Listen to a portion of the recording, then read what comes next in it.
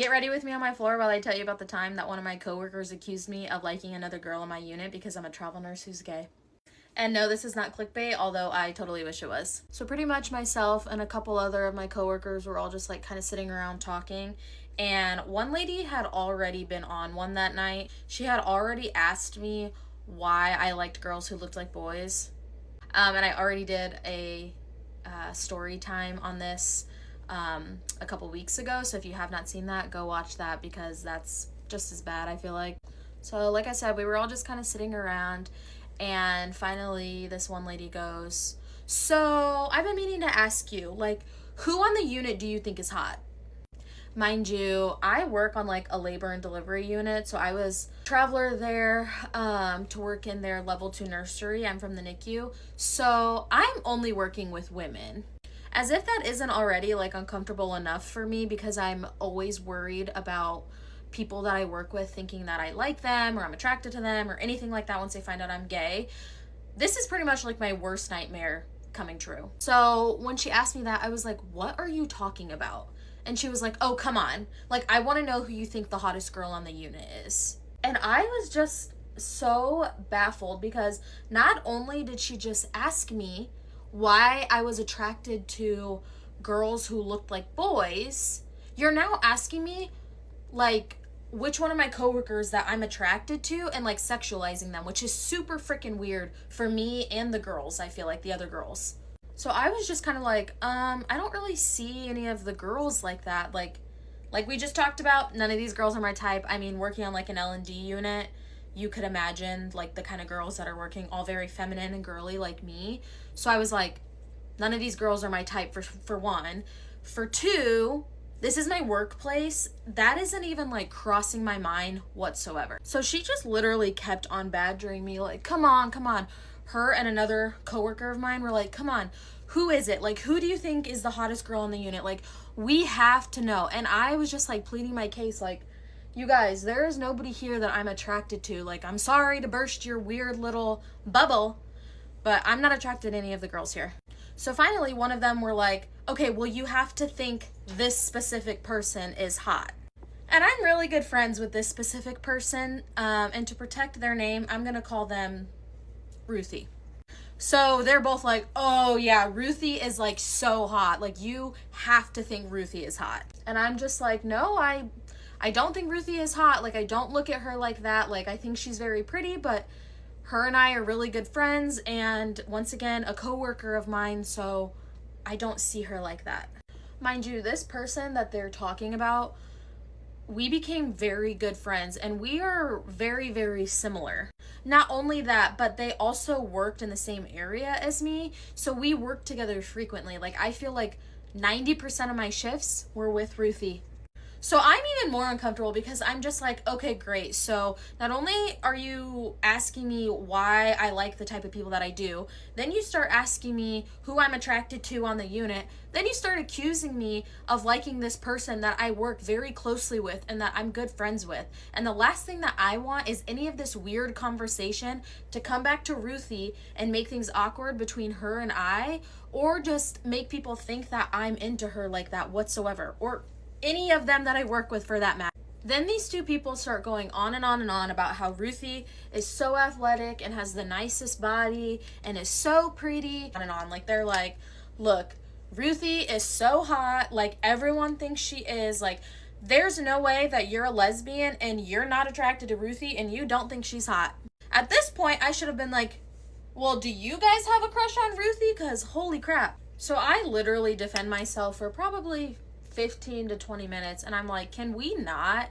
Like, I just explained to you why I like girls who are more masculine. Do I really have to go in and explain to you why I'm not attracted to any of you? Like, I feel like that's pretty black and white.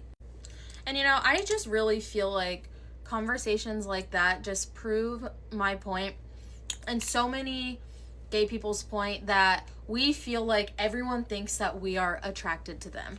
Like, I have literally been asked by more people in their 50s, more women in their 50s, about my sexuality, who I'm attracted to, if I'm attracted to them, yada, yada, yada, than I have literally anybody else. And it's just frustrating because, you know, working on a unit that is predominantly female and working in a career that is female dominated, I am always stressed out about people thinking that I'm attracted to them, that I like them. And you know, I'm a NICU nurse, but I also work with moms and I help moms a lot with like breastfeeding and things like that. And so my biggest fear is something like that getting back to a parent and then them being uncomfortable with me helping to take care of them or their baby or whatever the case is, because unfortunately things like that happen and I would respect that decision. But when conversations like that are happening on a unit, I just am fearful that someone is going to slip up and make a comment like that to a parent, or a parent might hear something like that. And maybe a lot of moms and stuff like that don't care, but that is just a fear of mine, and it's always been a fear of mine. And you know, a lot of people have been like, well, just don't tell anyone about your personal life, blah, blah, blah. And I totally get that. Like, I've learned my lesson, or you would think that I've learned my lesson by now, but I should be able to talk about my personal life. I should be able to say things about my girlfriend or whatever in a conversation without anyone blinking twice and automatically being like, whoa, are you attracted to me? Because chances are I'm definitely not. And also, I have no problem talking about my sexuality. Like, I actually like to talk about it when I'm asked about it appropriately, because I think that it shouldn't be this like weird taboo thing that a lot of people make it out to be. But unfortunately, situations like this just make me want to pull back more and more and more and just let people assume that I'm a hetero girl, because I just don't want to deal with the awkwardness. If you enjoyed this story time, then like for another one, because unfortunately I have quite a few. This ex who just could not leave me alone for anything. He would always be stalking my social media, following and unfollowing me. I would catch him in like my TikTok views when I used to have another page, and you know, just doing a lot. During one of his following sprees, I'm feeling nosy, so I click on his page to see what's going on, you know, just out of curiosity. Everything on his page looks normal except for the fact that his bio now has an @ in it and it's a girl. I go on the page, she has pictures all up and down with him in it, and clearly they're together. Time passes and I start talking to a new boy who we're gonna call Muffin, and for a minute he and I were just friends. Muffin and I had only ever really spoke on the phone. We never hung out or anything at that point. One day I get a call from a random number and I pick up. It's this girl and she's like, I have a question for you. Do you talk to Muffin? Do you know a guy named Muffin? Do you talk to him?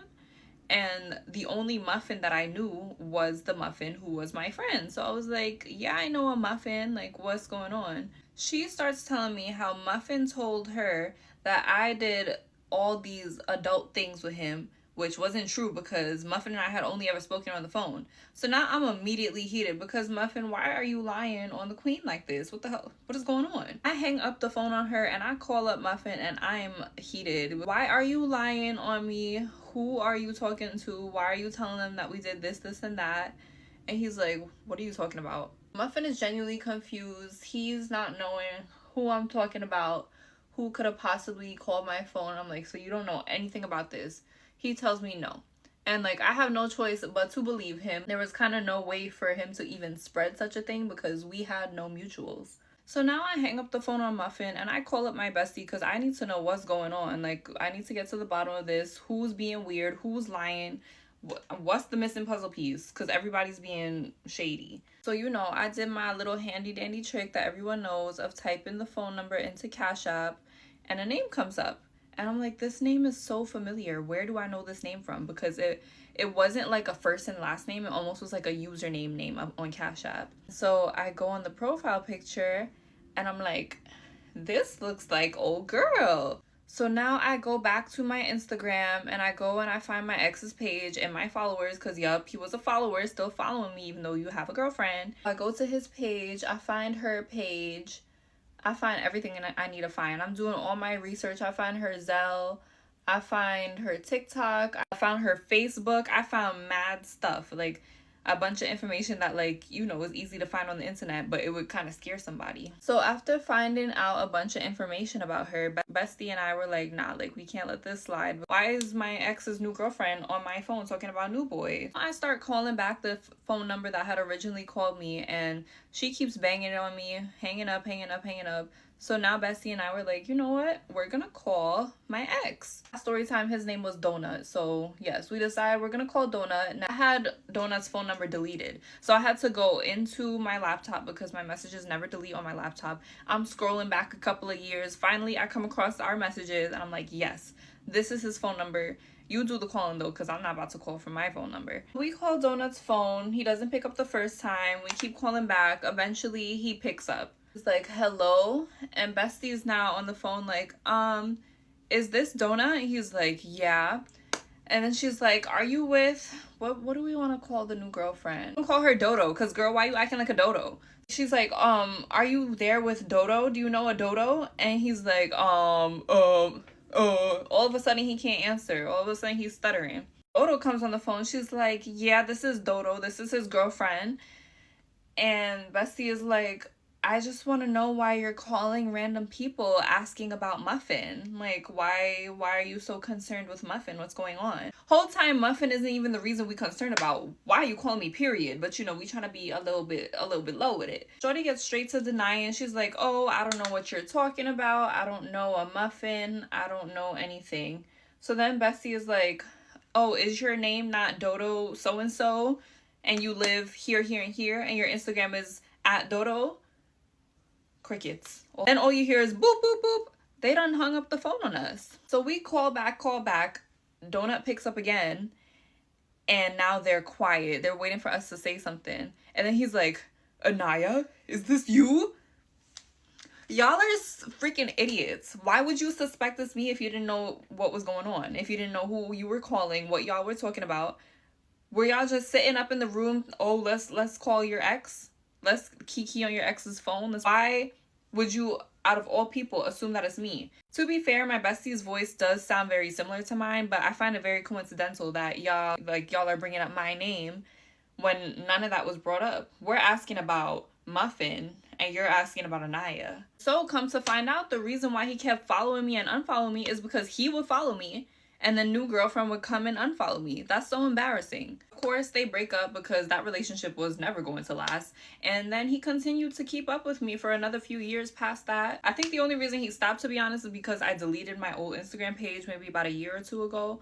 And yeah, so I've been free ever since. But honestly, I don't know how she found out about Muffin or anything like that. I mean, she must have been really stalking me hard to find out that information, because Muffin and I, we didn't even comment on each other's nothing. And then he and I had no mutuals, anything like that. Call me self-centered, but I just feel like their relationship revolved around me. I don't know.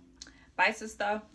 You want to hear a funny story from when I was in high school? Of course you do. I'm 16, a junior in high school. I grew up in a very small town of about 5,000 people. My graduating class had like 100 people. Very small. My very first car that I was driving at the time was a 1992 Chevy Blazer with maroon interior. Okay. At the time, I was pretty mortified to have to be driving that car because everybody around me, they were getting brand new cars when they turned 16. But looking back on it now, that was actually a really fun car. At the same time, my dad is also getting himself a brand new vehicle. What is he getting? He's getting a GMC Yukon Denali, brand spanking new, all the bells and whistles, only had 11 miles on the odometer whenever he rolled it off the lot. So I make a little bit of a deal with him. I'm like, hey, can I drive your car on Fridays to school? On Friday, we had off-campus lunch. And he says yes. Only drive it to school and back, that's all you can do. So we kind of get into this routine of me driving his car every single Friday. One particular Friday rolls around. I drive the car to school. Lunchtime rolls around. We're going off campus for lunch. I have my best friend with me. We decide we're going to go to a Mexican restaurant in town. We get in line. We're all leaving the parking lot, going to lunch. We all kind of get caught up in traffic at this one stoplight. I had the bright idea, I'm going to cut through this alley because the alley leads to the parking lot of said Mexican restaurant. So I decided to cut through the alley. I am 10 and 2 at the steering wheel. I'm not on my phone. I'm not distracted. Nothing. Could not be doing anything more perfect in that moment. Out of nowhere, this guy on a bicycle comes barreling out of the bushes to my left. Not giving a shit about what is around. Comes out of the bushes, not looking left, not looking right, laser focused right there in front of him. And when I tell you that I hit this man with my car, I hit this man with my car. And when I tell you that he hugged the bumper of my car, he hugged the bumper of that car. Immediately put the car in park. We take all of the air out of the car. We have no idea what just happened. So we get out of the car, we run over to the sky, and we're like, oh my gosh, are you okay? And he just kind of pops up and he starts laughing and just kind of giggling, and he goes, yeah, I'm okay. Is your Cadillac okay? I'm like, first of all, it's a GMC Yukon Denali, but I digress. I just hit you with said car. Are you okay? He goes, oh yeah, I'm okay. Then proceeds to get on his bike and ride away. I'm from a very small town where you either do drugs or you go to church. There's really no in between. And you can definitely tell that he was on something. Pretty sure that's why he didn't feel a whole lot from the impact at the time. The time that I hit him until the time that he rode away was less than 3 minutes. Less than 3 minutes. Didn't even get his name. And we're like, okay, what do we do? Do we call the cops? Do we call our parents? Do we just go on like nothing ever happened? So we decided to do the latter. We decided to just go to the Mexican restaurant, have lunch, go back to school, and act like nothing ever happened. Later that night, I decided I wasn't going to tell my dad. I wasn't going to tell him anything. I was just going to keep it hush hush. So I go back home. I back the car in the garage, give him the keys. Everything's fine. An entire week goes by. 1 whole week goes by. And he calls me out into the garage. He is pissed. He is fuming. He is pissed. Looks at me and he goes, what is this? He looks at the car, and the only damage that I even saw at the time of the incident was a bent license plate. I didn't see anything else. What he proceeded to show me were dents in the hood from when he hugged the bumper, or like the hood of the car. He made indentions all in the hood and in the front grille. His body did that. And the only reason he even knew the damage was there to begin with was because he had the garage door open and the sun was hitting the car just right to where he could actually see all of the indentions made on the vehicle. What do I start doing? I deny. I'm like, I have no idea what you're talking about. I've never seen that. I don't know what this is. Maybe somebody hit the car in the parking lot at school. I don't know. I didn't do anything. And also too, I'm like a really bad liar. I can't lie to save myself. I wear all that on my face. I'm like doing the best that I can to deny, and just like divert the conversation. We end up not getting anywhere, so he sends me on my way. Another week goes by. He pulls me out into the garage and he's very calm. And I haven't driven the car since then because he's not very happy with me. He pulls me out another week later. He said, Caitlin, I'm about to go down to the insurance company and file a claim. And I didn't really know what that meant. And he is like, I'm not going to get mad. I just need you to tell me what happened. Okay, I'm gonna hold you to that. I proceed to word vomit everything that I just told you about how I legit hit somebody with his car. Yeah, pretty sure his entire mouth was full of blood from how hard he was biting his tongue. After telling him all of that, he literally didn't say anything to me. You could definitely tell that the fumes were fuming. Literally didn't say anything and sent me back into the house. And we never talked about it again until many years later when we could actually laugh about the incident. But for the longest time, like, we didn't talk about it. I have not seen that guy since. It's been 14 years and I have not seen that guy. However, my best friend did see him as she was working at said Mexican restaurant at the time a few months later. Comes in and immediately recognizes her and is like, you're the one that hit me with your car. Instead of having my back like she should have, she went ahead and she said, no, that wasn't me. That was my best friend. It's been 14 years and I'm still a little salty about that, by the way. I know you're going to see this. But yeah, that's one of our most told stories at family gatherings now. I had a pregnancy test come back positive my freshman year of high school in front of my parents, and it was the worst day of my entire life.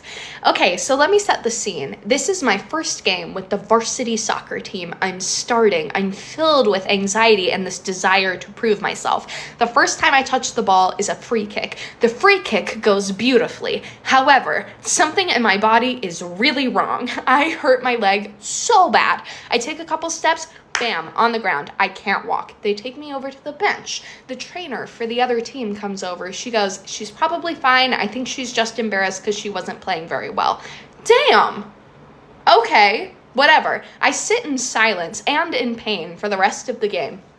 Then, after the game is over, I start walking over to my parents to say hello. I fall again. I cannot walk. And so I get taken to my parents' car, carried there like a baby. I get carried to my parents' car. They go, I think she needs to be taken to the hospital. Now, the nearest hospital is a children's hospital. This is great because I'm a child. However, the fact that it's a children's hospital is very important to this story. Anyway, I go to the hospital. They meet us in the ambulance bay with a wheelchair. They take me in. They say, okay, we're going to get you into an x-ray, but first we need to do a urine sample to make sure you're not pregnant. I said, okay, seems a little superfluous because I'm not pregnant. But anyway, we do the urinalysis test. I get taken to this hospital room. My parents are sitting in the chairs. I'm sitting on the hospital bed. The nurse comes in, stone-faced. She goes, Mom and Dad, I'm gonna need to ask you to leave. I say, ha, she's gonna tell me I'm pregnant. Nobody laughs. Nurse reiterates again, Mom and Dad, I'm gonna need you to leave. My parents leave. The nurse closes the door behind them. Then she undoes the blinds so my parents can't see in. She turns to me and she goes, Catherine, your pregnancy test came back positive. You're pregnant. I said, no, I'm not. She goes, I know that this may be hard to hear, but you are pregnant. Do you know what sex is? And I said, yeah, I do. And I haven't done it. So I'm not pregnant. And she's like, okay, well, can we bring Mom and Dad back in and we can tell them together? And I said, yeah, I guess.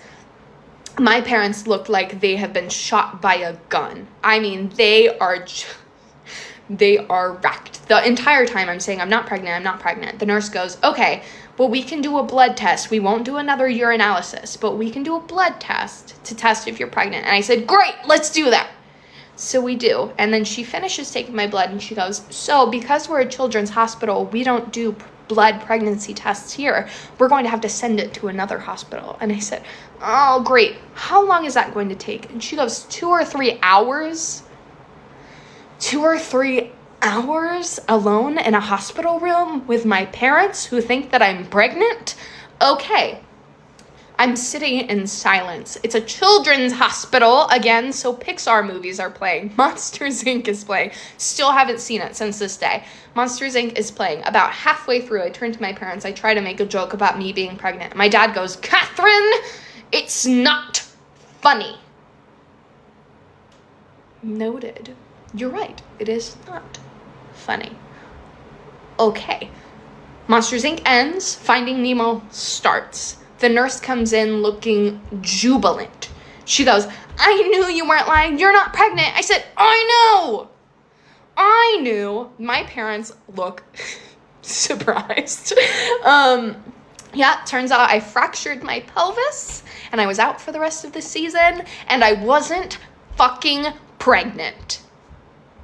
Ready with me while I tell you about the high school drama that was literally the source of my social anxiety for years. I'd like to preface this by saying I'm sure all these people who are in this story are very lovely now. It's been like 4 or 5 years since I've known any of them. This is my story from my perspective and how it impacted my life. Guys, now that I'm done with my disclaimers, let's get into the juiciness of this story.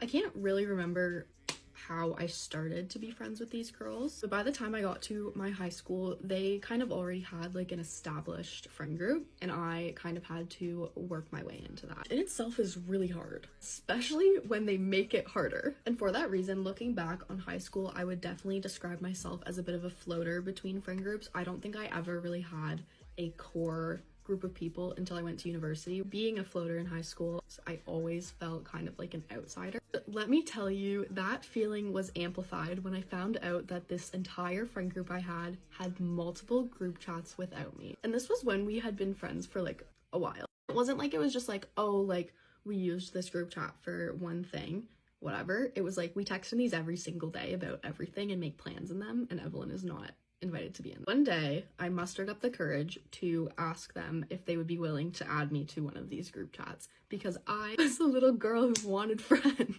I would never do something like that now. I would never beg someone to be my friend now. Looking back, it's hilarious that I had to ask permission to be added to a group chat, but that's not even the craziest part. The craziest part is that I got told no. When I asked if I could be added, the response was, oh, we'll have to talk about it. Anyways, didn't get added to the group chats, so I would always be the person texting, being like, oh, like, does anyone want to do anything? I would always invite them to do stuff with me, have them over to my house, but unfortunately, they did not do the same for me. And that's okay. Another thing about this group is that they would always throw surprise parties for birthdays. It came time for my birthday. I was like, I want to hang out with my friends. I highly doubt that they organized something for me. And this is where my love for organizing my own birthday started, because I actually really love doing it now. So I would have to ask if we could do something for my birthday. It's a February birthday. Maybe people just don't really fuck with February birthday. Anyways, aside from this group that I was friends with for a while, I also had drama come up in other ways in high school. One time there was a girl I was friends with and she texted the guy I liked and told him I was a maniacal bitch. To this day, I don't know what that means. I do respect the creativity. Also in high school, I was really naive, so there was a lot of situations where I didn't really like realize that it wasn't the best situation for me. I definitely had to do a lot of trial and error in order to figure out who my people are and what is meant for me. Last thing I'll say is that I would never hold any of this against any of them. High school is one of the hardest times in your entire life, arguably. I'm sure I wasn't a perfect person too. Everybody makes mistakes. But looking back, it's just crazy that all of this happened. Because I think I'm a pretty nice person to be friends with, so yeah. I would like to add that I just finished that video and I'm low-key sweating from sharing that story, so. I don't know if you guys want any more high school tea because high school was a really weird time in my life. Thanks for watching. Bye. I went on a blind date with this man tonight, and he literally got up and left me at the table with the bill. Yeah, and the reason why is actually diabolical. I have not been out on a date in so long. A blind date, never in my life. But my friends just kept begging me to go out with this man. He was successful and he was older and I would really like it. So after weeks of them begging, I finally agreed, okay? So tonight, I meet this man at said restaurant. I walk in the door. He's already there sitting at the table. He gets up. He's like 6'5", like he's gorgeous. You know, he looks successful. And he comes up to me and he's like, oh, wow, you're even more beautiful than they described. I'm thinking, wow, this actually might be a good date. Wrong. Because about 10 seconds later, he goes, where are you from? And I'm like, oh, I'm from Tennessee. And he's like, oh. And he grabs his phone and he starts looking at it and his whole entire vibe changes. And I think maybe he got like a bad text or something. And I'm like, is everything okay? He's like, yeah. Do you like use that voice professionally too? Excuse me? Like, wait, what are you asking? He's like, where'd you go to college? And I tell him, he's asking me about my degree, which is all fine, but like weird in the first 30 seconds of a date, you know? He then calls the waitress over immediately and begins to order food. And so obviously I order food and I'm like, okay. He then looks at me and says, you know, I just don't know if I could ever date someone with that strong of a Southern accent. And like, yeah, I'm from the South. Like, obviously I have a Southern accent. I don't sound like cornbread. This is not cornbread. I'm like really confused, right? Like, I think that he's joking. So I'm like kind of trying to laugh it off. I'm starting to feel kind of embarrassed. Like I spent 2 hours getting ready, you know, body cute dress. I'm like, thank God I took those little saffron gummies because I would be tripping right now. It gets awkward and this man gets up and goes to the bathroom. And I'm kind of glad because it was silently awkward, okay? And about 30 minutes goes by, okay? About 30 minutes. And the waitress comes up to me and she's just like, I boxed up his food to go. I just want to make sure you were okay. And I'm like, to go? Like, what? In that exact moment, I have a text that comes in from this man. He says he usually dates girls from larger cities because they're more intellectually stimulating. And even though he thinks I'm really pretty, he just can't see himself dating someone with a Southern accent because people from the South have a certain mentality. Meanwhile, this man pronounced quinoa quinona when he was ordering his food. And certain mentality, boy, you're from the Midwest, you sell insurance, and you snuck out the back door instead of treating me like a human being because you didn't like how my words sound when they come out. Like, am I crazy or is this actual insane behavior? Like, if this is what dating is like, I don't want it.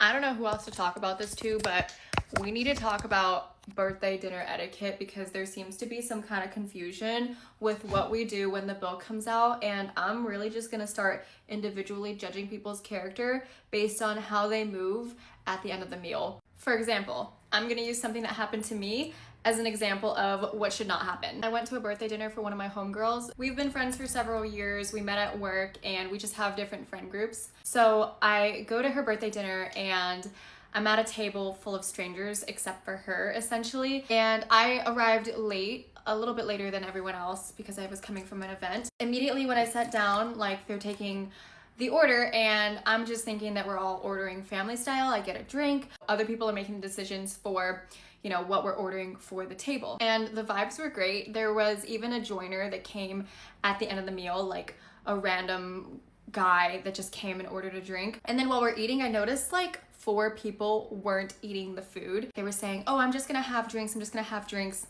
I'm not hungry. We ate before this. Right when the meal was about to get bust, because we pretty much over ordered, like 4 people are just not eating for whatever reason. But as the meal is about to get bussed, the people who weren't eating, all of a sudden they're asking, oh, you guys aren't gonna eat that? Like, I'll take some. Now they're eating leftovers like some kind of scavenger. But when the bill comes out, tell me why the people that, you know, only ate like the leftovers, tell me why they're like, oh, I only had drinks.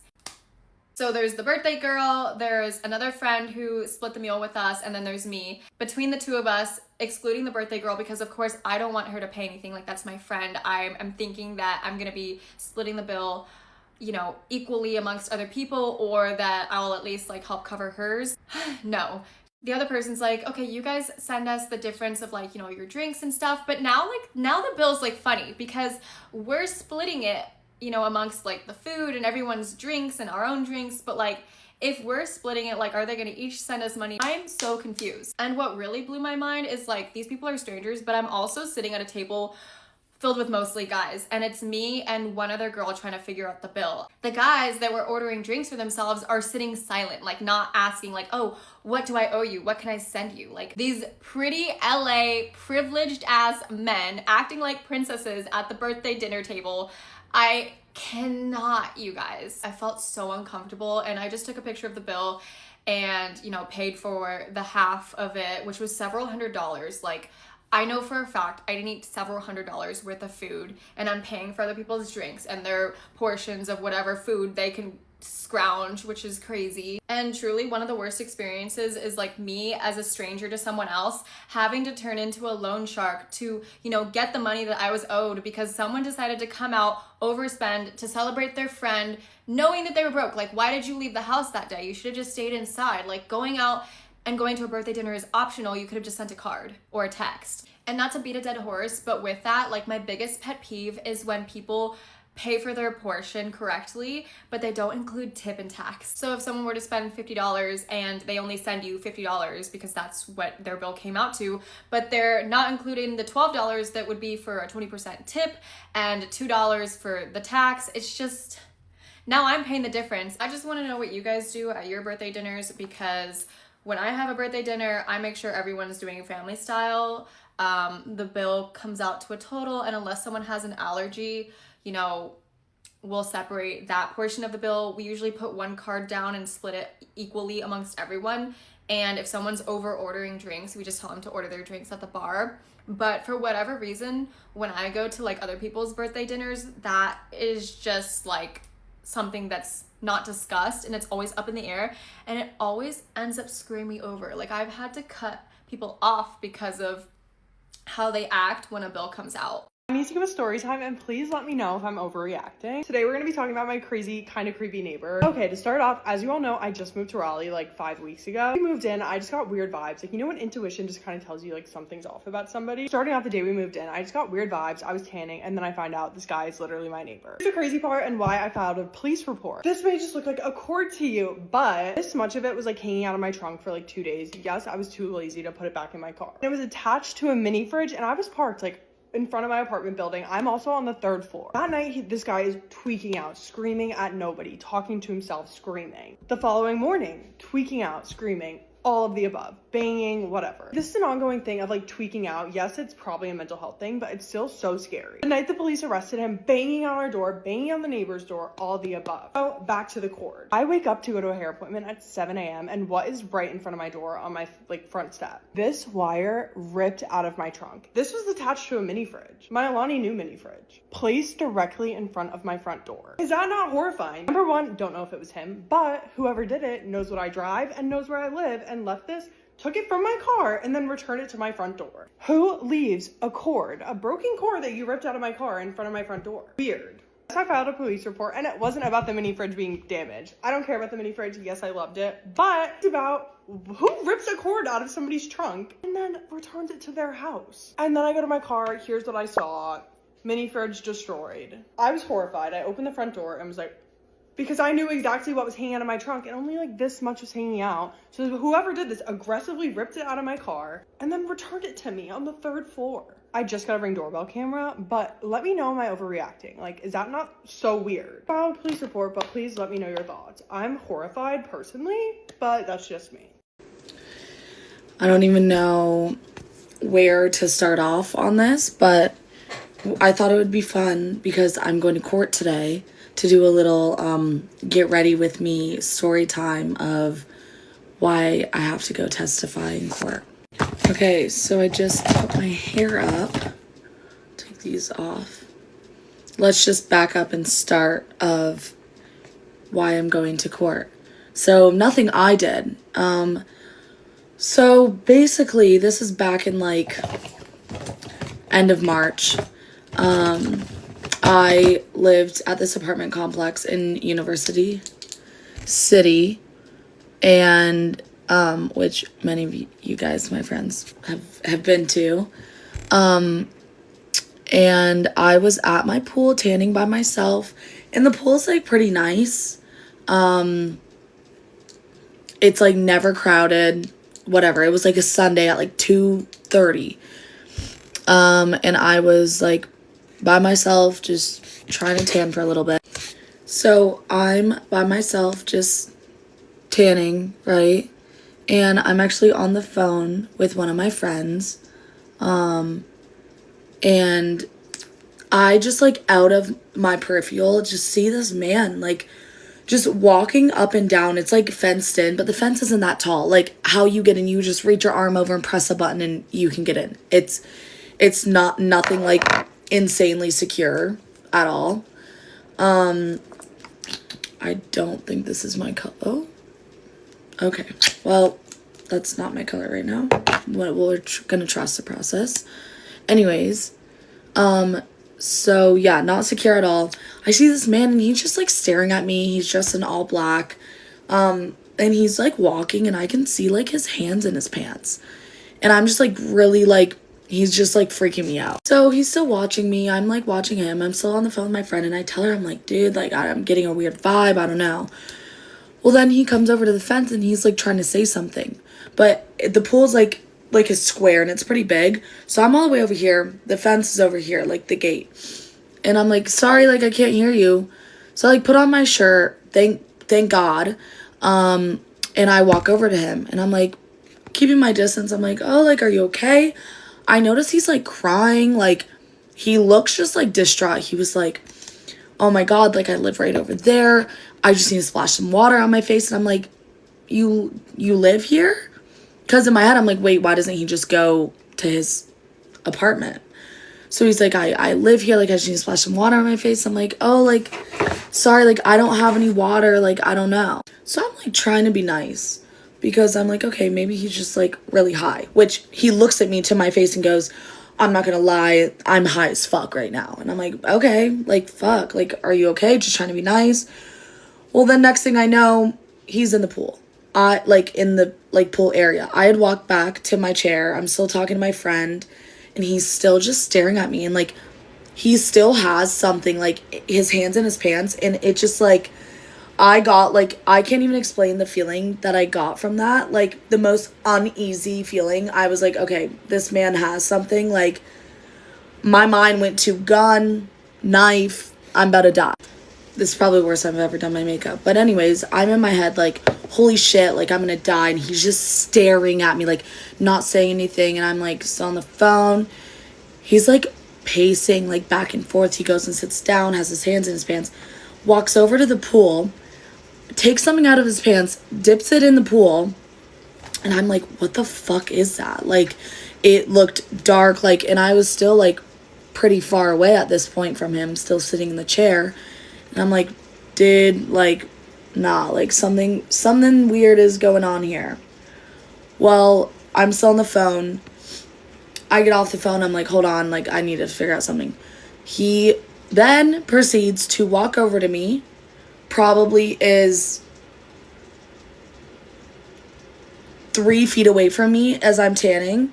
And I don't even know, like, if I can say this.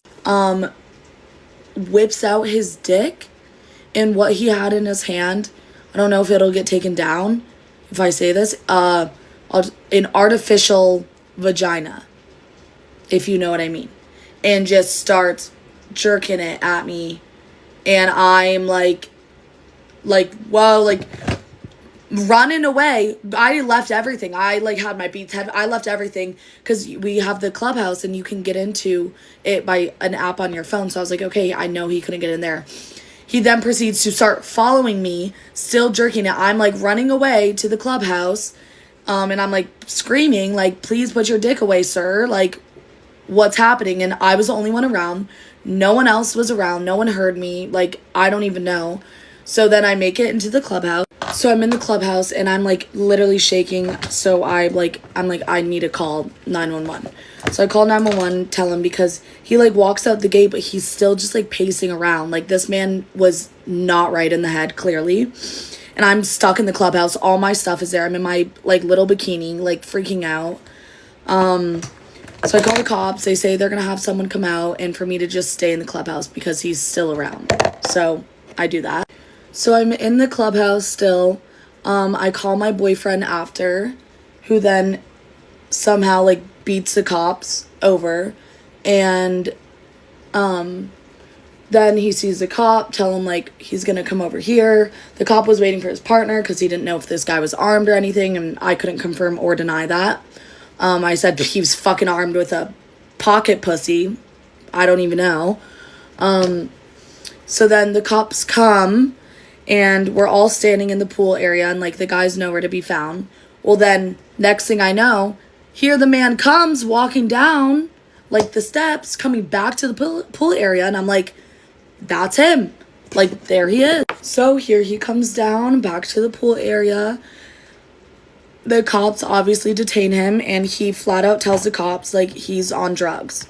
So the cops come back to me and basically are like, well, we'll take him to the hospital, but unfortunately, which don't know how this is okay, but he will just be charged with public masturbation and it's just a misdemeanor.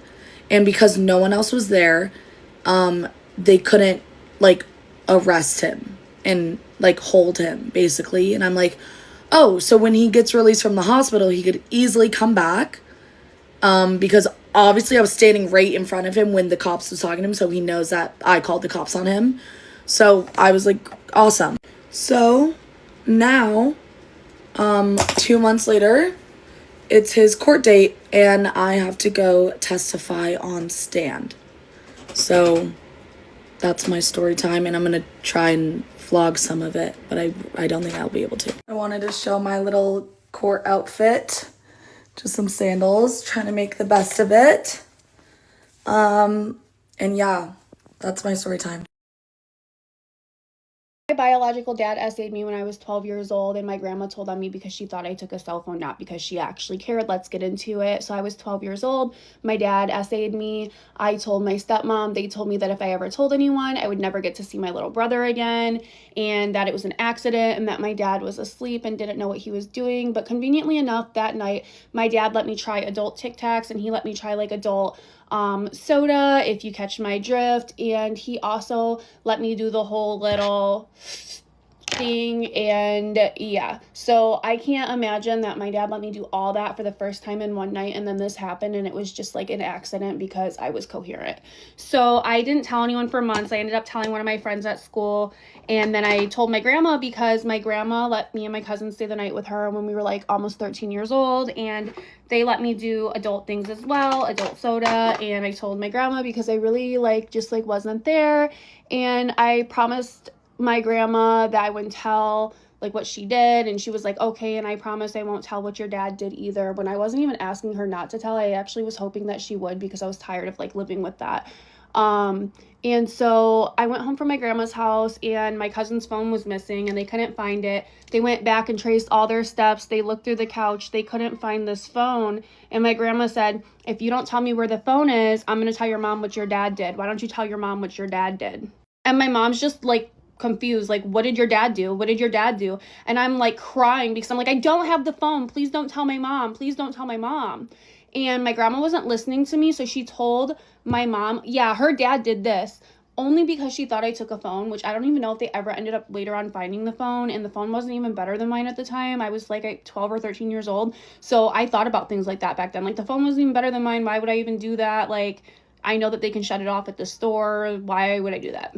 Conveniently enough, my friend ended up telling the therapist the next day, who ended up calling my mom anyways, so like I finally had a voice. But yeah, it took a bunch of people failing me before the point got across. There was years of court, years of therapy, a bunch of stuff happened in between that, and my stepmom recently actually passed away last year from a DO. Never fully forgave my dad, and I definitely never forgot, but I tried to move on for the sake of the fact that I was having kids and he still had little kids and I wanted to stay in their lives, and I never let my daughter around my dad alone or anything like that, but I definitely like wanted to put it aside so I could stay in my siblings' life. Me and my dad had a huge falling out last year, and I found out that he was telling his kids what happened back in the day and was telling them that I was lying and doing all this crazy stuff, and that's just the tip of the iceberg. If you guys want to hear more, comment below. Sorry this was so long, but let me know if you guys went through something similar, if you guys want to hear more. Hey guys, get ready with me to end things with my situationship.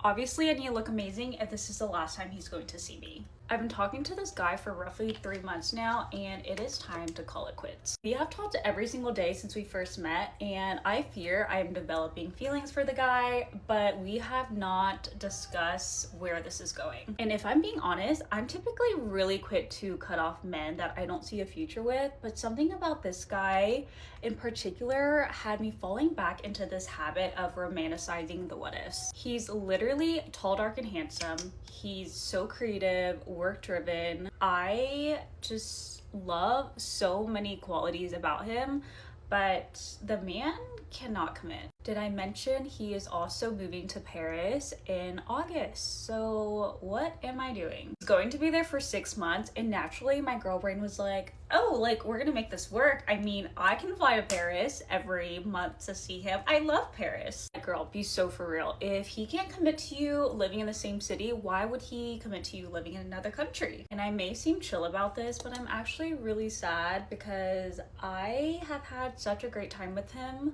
and part of me just hates the thought of like starting over. And there's no doubt that this guy likes me. I just feel like it's just not enough to where he's like, you know what, I'm going to choose you even though I'm moving. But if I am not the person you are fully confident about, who do I look like settling? Dating in New York is like a whole different ballgame. But also, you're not my husband. Get out of the way! Anyways, let's pray that I don't chicken out. God, I feel sick. Alright, hopefully I look like the one that got away. Bye! So the overall burning question lately has been, girl, why did you date a 46-year-old man, have a kid with him, yada, yada, yada. And unfortunately, the answer is not what you guys want to hear or are expecting. Long story short is no, he was not rich at all. And the reason why is honestly, still to this day, the same reason is I believe in love. I believe love is love. I don't think love discriminates race, religion, age, gender, anything. And I truly, truly believe that. I don't see age gap couples now and like cringe, you know, because I just think there's nuance to everything. And also, I'm not going to sit here and say I am so mature. I was so mature. I'm 23 now, and I was 21, just turned 21 when we met. And he was 25 years older than me. And I'm not going to sit here and say I'm so mature or anything. I was 21. I did not have to be mature. That's not a requirement for me. I was totally allowed to be immature. And yeah, that's probably why a little bit I was with him.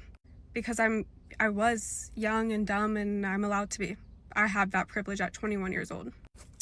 I was living in Hawaii, and we met very naturally in a way that I still believe is fated, and I can get into how we met, how we started being together.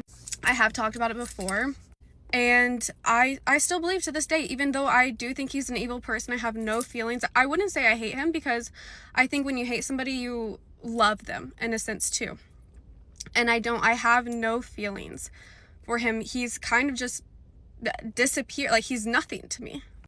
But no matter what, I can't change how we met, how we became a relationship, and how I had my son, and just the different synchronicities and things that happened. And that I want to write a book one day, and it will all be in there because it is magical.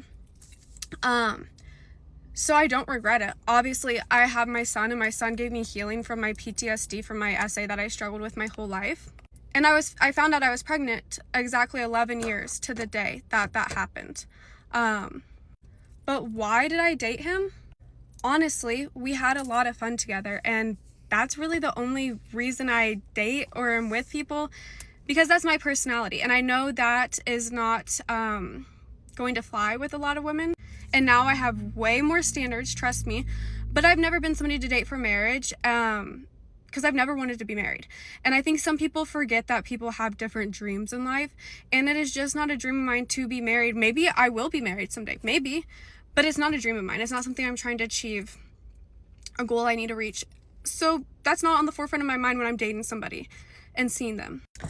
Like I said, we met in a very natural, organic way, and I wasn't seeing anybody else, and it was funny.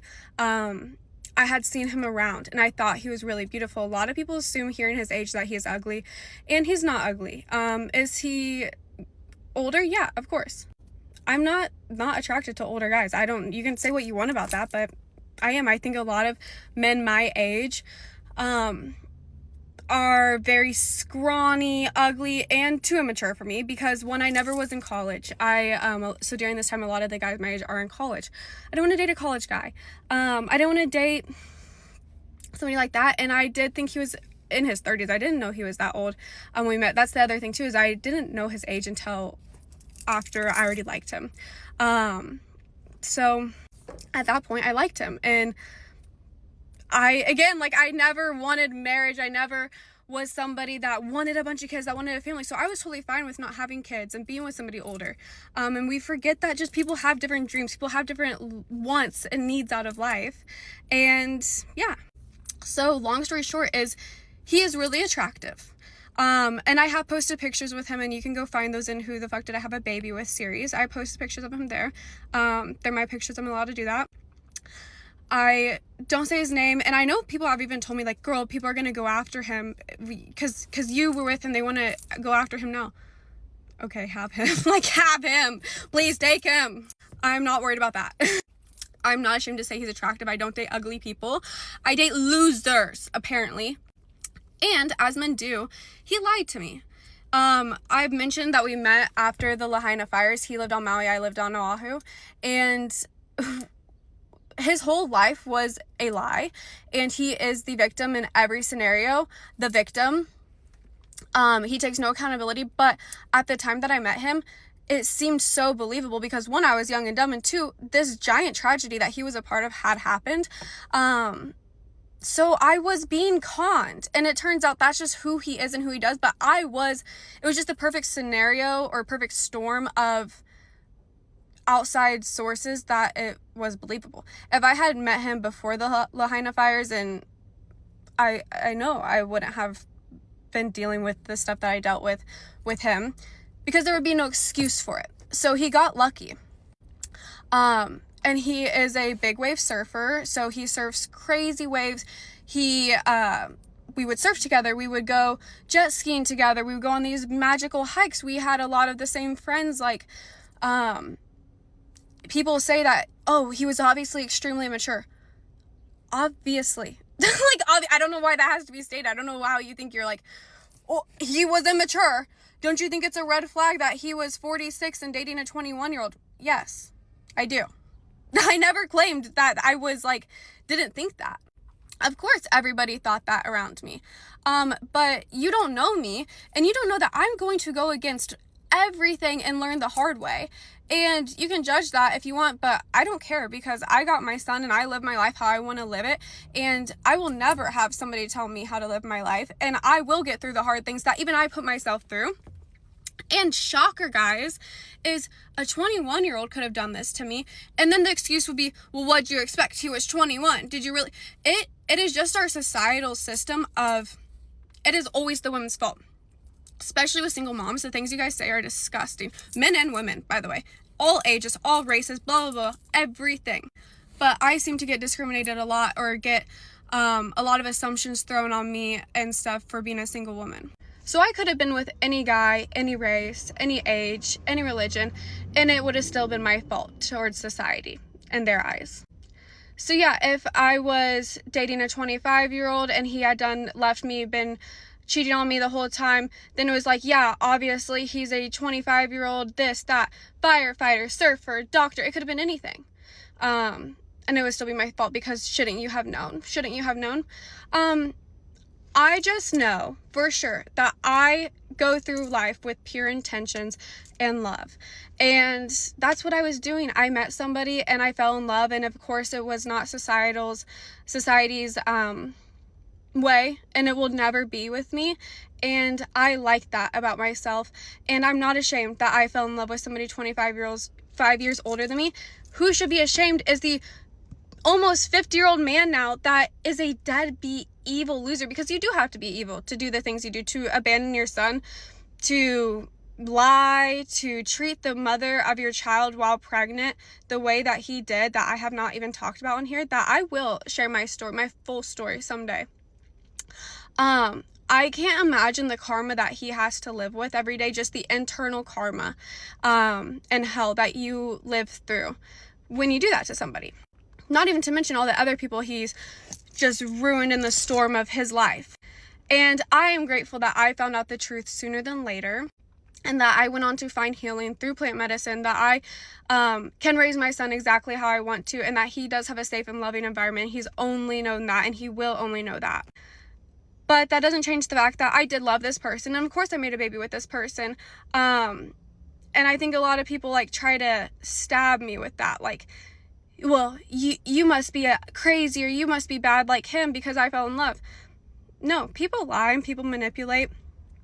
And I fell in love because I did. And maybe I was young and dumb, and I'm not going to stop that have that stop me from like finding more love and finding more life in this world. And obviously I learned, and obviously I know red flags now. But I will say I was tricked, and I know a lot of girls that are married to somebody for 20 years and they are tricked, and the man that they marry is not who they thought. I have people in my family that are the men that lied to the women for 30 years, and I don't think it's the women's fault for not picking up on things. Because you love somebody, you're a little bit blind to things, and maybe some people just want to love without also looking at all of what could be bad the whole time. And I will never regret that. And that's why I fell in love with somebody 25 years older than me and had a baby with him. I'm feeling a little bit unhinged, so I'm going to do one of those things my husband did and I still stayed stories. So this is just one of very many.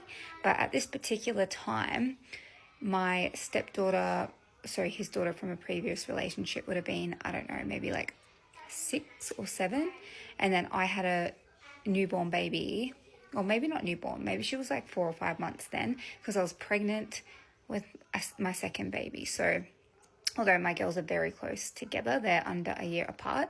Anyway, I'm setting the scene here. I had a child, a baby, and pregnant, right?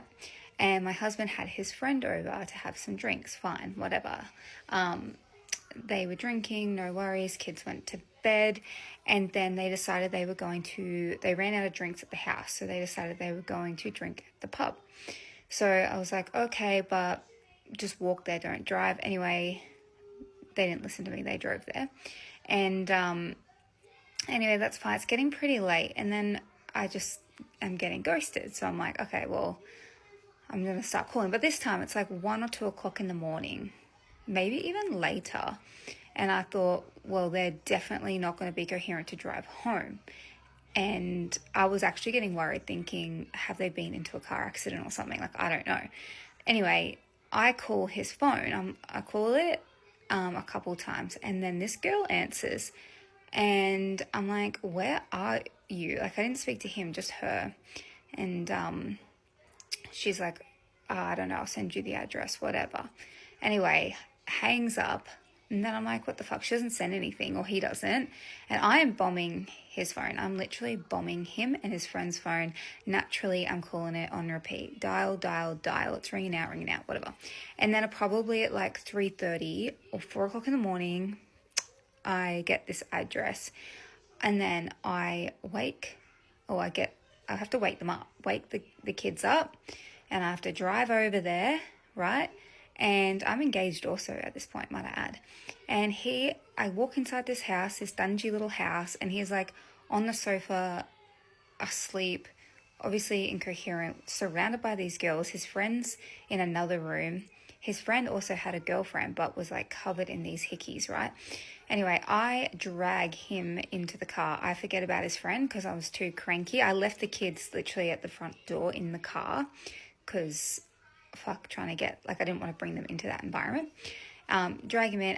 And then he literally was like, no, nothing happened, blah, blah, blah. Anyway, I believe him because I'm stupid. And I just let the whole situation slide. That was literally traumatic for me. His friend ended up coming back home. I never saw the partner. I didn't really know her, so I didn't say anything. Well, I didn't have an opportunity to. Although I was like, that's really bad. I don't like that, la, la, la, la, la. And my husband, or my fiance at the time, was like, yeah, that's fucked. I agree, blah, blah, blah. Anyway, years later, he's like, oh yeah, I did sleep with her. So yeah, that's good. A real good one. Read with me while I tell you things my ex did and I still stayed. For Valentine's Day, he got me a designer handbag. However, the thing was, we were in a very rocky relationship and pretty much all my friends essentially hated him. So that handbag he actually got me, I paid for it. I paid for this designer handbag, but I told everyone that he got it for me, so then it made it look like he was being a good boyfriend to me. I'm not gonna say which handbag it is because if you see me in public with it, I'm not gonna tell you which one it is. I'm so embarrassed to this day. I was so in love and I was so infatuated by him. I was like, okay, I'm gonna buy this handbag and tell everyone that he bought it for me, so then he's in the good zone. Do you know what the worst part was? He was so loud and proud of it that he told everyone, like, yep, I got Alicia this designer handbag for Valentine's Day. I was the one that was trying to make him like look better. The stuff I do for love sometimes. One time I made food for my ex, and mind you, he only lives 10 minutes away from me. I'm like, hey, you can come over now, like I already finished the food, it's just on the dining table when you come in. 2 hours go by and I'm like, where the heck is this guy? And then he said he was getting ready for the last 2 hours. You're coming to my house. Who are you trying to impress? I'm in my pajamas. That's when it clicked to me. I think he was gay, because why was it that he took longer than me to get ready when I went out as well? The food was so cold. I was like, you know what, you can reheat it yourself because I'm not heating up for you. We kept going back and forth with this argument because clearly he kept saying, no, look, I need to look good for you, I need to look professional. And it's like, babe, you're coming to my freaking house and you live 10 minutes away from me. The food's already cold. I've been sitting on my dining table for the last 2 hours waiting for you and praying that you would come, because why was it that I was sitting there like a little lost puppy? Anytime me and my partner had a party, we would always go together. Let's say the party started at 7 or 8, he would say, let's go around 11 or 12 p.m. I'm like to him, like, why don't we just go now? It's literally so freaking late. We're not even doing anything. We're just having dinner. And, you know, we can say hi to the birthday girl or birthday boy. By the time we get there, people are going to leave. It's 11, 12 and it's late. Anyways, we start arguing. And then he goes, you know why we're not going at 7 or 8? Because at 11, 12, that's when all my friends leave. And I don't want you talking to my friends because I know they're going to hit you up. And I don't want that. What do you mean? Those are your friends. He goes, no. Like, I don't want you getting friendly with my friends because then I don't want them to talk to you at all. You know what's so funny? He wasn't wrong because his friends did end up hitting me up after we broke up. Just shows how, like, insecure he was. Thank you. Next. Thank you. Next. That's things that my ex did and I still stayed. If you showed up to a Hinge date and realized immediately that this person was catfishing out of you, would you say something to them? Or would you just go through with the date to be nice? Because this happened to me, and I knew it was him when I was walking up to the restaurant. He was sitting outside a bench, the same bench he told me he was going to be sitting on when I was walking up to the bar, and he was also wearing the same hat that he was wearing in one of his pictures. So I knew it was him right away. But if he didn't tell me exactly where he was sitting, I would have walked right past him because I did not recognize this person at all. And as I'm walking up, I'm thinking to myself, holy shit, do I just turn back and immediately go back to my car? Because there's no way. There's no way. Immediately pissed because I just wasted all this time getting ready, my whole night. And whatever. So I walked up anyways because I felt guilty for some stupid reason and went through with the whole date. And then at the end, just texted him after like, yeah, it's not going to work. Sorry. But in hindsight, I kind of wish I walked up to him and was like, wow, I didn't even recognize you from your photos. Like, you look kind of different. I don't know if we should continue this just so they know for next time, because then afterward I went on his Instagram and he was using pictures from 2017. 9 years ago. Yeah, so like, what would you do in that situation? Like, I'm still pissed. And you know what? I knew something was up because after we started like talking a little bit on the app, he wanted to set the date like 2 weeks in advance and then would try texting me all the time. And I don't do that texting bullshit, okay? I set the date and then we're gonna meet at the date. I don't want to text you all day. Don't you dare send me a good morning message before we even meet. You know what I mean? And he was trying to talk a lot. And I was like, oh, okay, it's because you knew you were catfishing me and you were trying to like win me over with your personality as if that was ever gonna work. Like, what did you think was gonna happen when I showed up to the date? I was just gonna be completely like, oh, whatever, that's okay that you don't look anything like your fucking profile. Like, all my pictures I use are within the last 6 months, okay? I don't know, dude.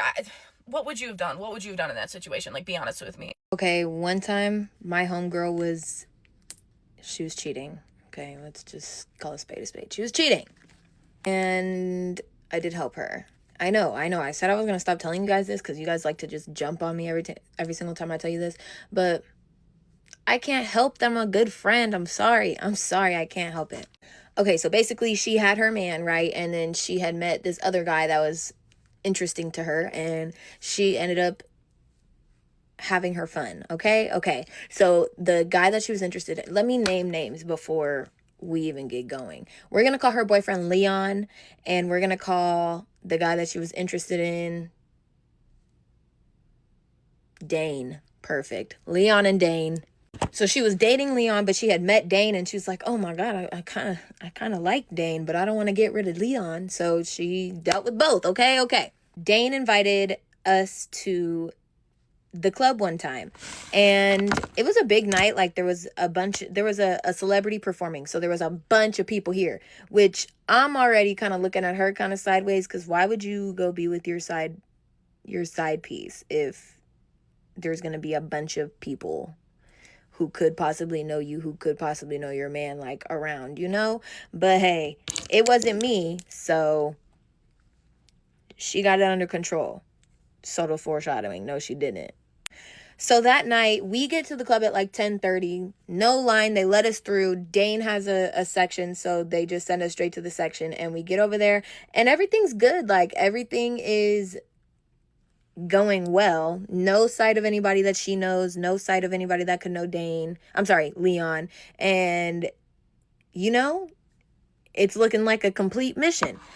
Until like 12 o'clock, midnight hits. And she starts to see this group who also had a section, and she starts to see them walking in a group. And in this group is people that she knows that Leon knows. So then she starts freaking out. She taps me. She's like, girl, his friends are here. Like, I gotta be on my P's and Q's. So I told her, I don't know do you want me to go find another section for us to get into? Do you want me to walk over there and talk to one of Leon's friends and like get into that section? Like, what do you want me to do? She's like, no, we're good. Cause the sections, so Dane's section was really, really far from Leon's section. So like you really had to be looking to see if you knew anybody in the crowd to be able to know who's who. Okay. So another 30 minutes goes by and I see Leon walk by, and she's in Dane's face at this point. So she's not even paying attention to anybody. So I see Leon walk by and I'm like, oh, freak. So I'm like, okay, girl, I have to go to the bathroom. Come with me. And we end up walking to the bathroom, and Leon sees my homegirl and he's like, hey babe, like come to our section when you're done. And yeah, basically we had to go game plan in the bathroom. So we get to the bathroom and my poor friend is freaking out. And I get it, girl, because I would be flipping out too. But she's freaking out. She's like, oh my God, we have to leave. Like, we should just leave. I said, I think that's going to be a little bit more sus than us trying to figure out what we're going to do in here. You know, I feel like if we leave, he's going to know something. If we play our cards right, you'll be straight.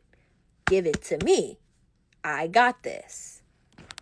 I tell her, you may lose one of them. You're going to have to pick which one you could potentially lose. She said, Dane. No hesitation. No hesitation. So I tell her, unfortunately, friend, I'm gonna have to steal your man, okay? And she's like, that sounds weird. What are you talking about? And I tell her, listen, the only way you're gonna get out of this with them both in the building is making one of them the problem and going up on him. So what you're gonna do is basically you're gonna be mad at Dane by the end of the night for trying to talk to your friend. That's just what it is, okay? I'm sorry. This is gonna be the easiest way to get out of this, okay? She's like, I'm not following. Like, why would you have to do that? I said, I know it sounds weird, friend. I know. But you're gonna have to, if you want to be able to maybe keep both of them, you're gonna have to turn one of them into the problem so that they can beg for you back, okay? If they catch you in any other way, or you try to be like, oh, I just don't want to talk, you may not get to keep both of them. If you want to keep both of them, one of them's gonna have to be doing some kind of baby, I want you back, you know? And in order for you to get to the baby, I want you back, they got to do something wrong, okay? So we're going to make them do something wrong. After I explain it, she's like, oh my God, that's so smart. Let's get the ball rolling. So basically the plan was every time she would leave to go be with Leon, she would leave me and I would be in Dane's face, okay? And even when she would be like, hey girl, no, come with me, I would tell her like, no, I'm good. I'm going to stay right here so that the sneakiness of it looked real, you know? So I'm telling her like, yeah, leave me here so I'm good right here. I'll see you in a second. So I could talk to him, right? Right. So once she hears the plan, my girl is all in, okay? She said, okay, first, I'm going to go to Leon's section. You're going to go to Dane's section. You're going to tell Dane that I'm getting a Red Bull from the bar and that I'd meet him back here, okay? And you're going to start putting the bug in his ear. I said, I love a girl who's all in when she hears a good plan. I love it. I love a girl who I don't have to convince too much, okay? We're going to have, you're going to keep both your men tonight, okay, sister? So I get back to the section by myself and Dane's like, where's so-and-so? Should we name her? We'll just call her Mary. Dane's like, where's Mary? And I'm like, she went to the bar, but I wanted to sneak off and like kind of let you know I'm kind of feeling you. Like I just wanted to see where your head's at because I saw you looking at me and I don't know, I'm kind of looking at you too. And of course, because Dane is a man, he's going for it. I'm selling a dream and he's buying it, okay? He's picking up exactly what I'm putting down. So every single time that she would leave, I'd be all in his face. And then when she would come back, I'd be so far, like very, very obviously, like, ignoring him so that it was, like, obvious that we were doing something wrong, you know? Doing something we shouldn't be. So he was picking up, like, oh, okay. So this is supposed to be like a secret because she's not in my face when she's in my face. But when she leaves, I'm in, you know? Okay, period. Anyways, he's going for it. Every single time she leaves, he's messing with me, okay? The plan is working smoothly. Like, I don't know how she came up with so many excuses to be going back and forth all night, but she sure did.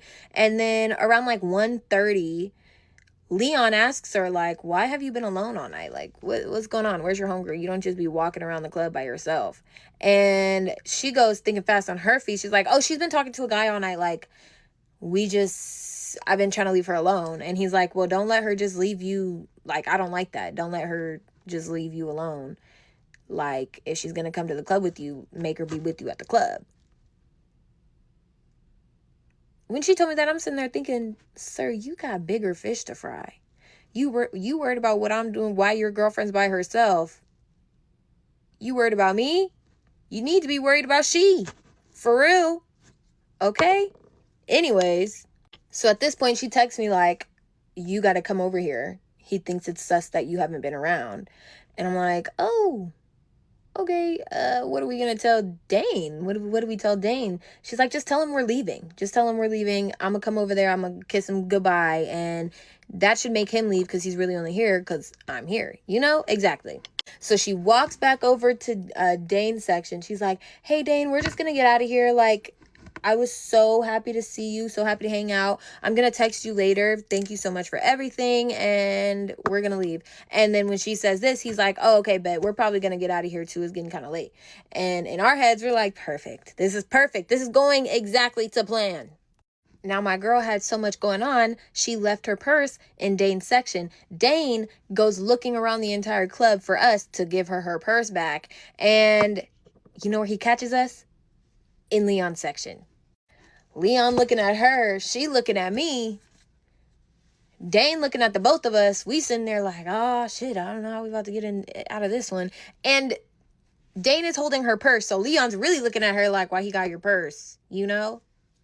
And the smart girl my friend is, she tells him, she sees her purse. She's like, oh my God, thank you for bringing me back my purse. I know you were talking to my friend all night and she must have left it over there when you guys were talking. But she says it in a tone where it's like, oh, I'm in trouble, you know? So I think Leon thought she was mad at me for leaving her purse. Dane thought she was mad at him for talking to me. And Dane was like, oh, I'm so sorry, and gave her a purse and left. So we made it out, but by the skin of our teeth, babes. Okay. So I started talking to this girl through TikTok DM. She messaged me first. She's 7 years older than me, and that's fine. She lives about 3 hours away. And within 48 hours, she told me that we should skip all of this and fall in love. That was in reference to me asking for her social so I could stalk her a little bit. And I let her know that I just want them to look at who you are and stalk you. I was very honest. But after she said that, I was like, I'm so sorry. I think you got the wrong idea. I don't do stuff like that. I'm not that kind of lesbian. I don't want U-Haul keys. I have my own life. I'm very proud of my own life. I work very hard for myself. That's all I want. Anyways, she then digresses and goes, yeah, me too. Actually, I want to wait. Or I take my time when it comes to falling in love with somebody. Not what you said, but okay, we're going to skip past it. That's your one chance. Anyways, we're talking throughout the week and she invites me over to her house. Again, stranger danger. If I go to where you live 3 hours away, I will be renting a hotel. Sorry, that's what I told her. I will not stay at a stranger's house that I just met or haven't even met before. What if things go awry? She says, yeah, that's not something I ever do either. Weird that you would say it then. And then we're talking friendly. There's a few red flags and I'm starting to notice them a lot more. So I'm stepping back very slowly.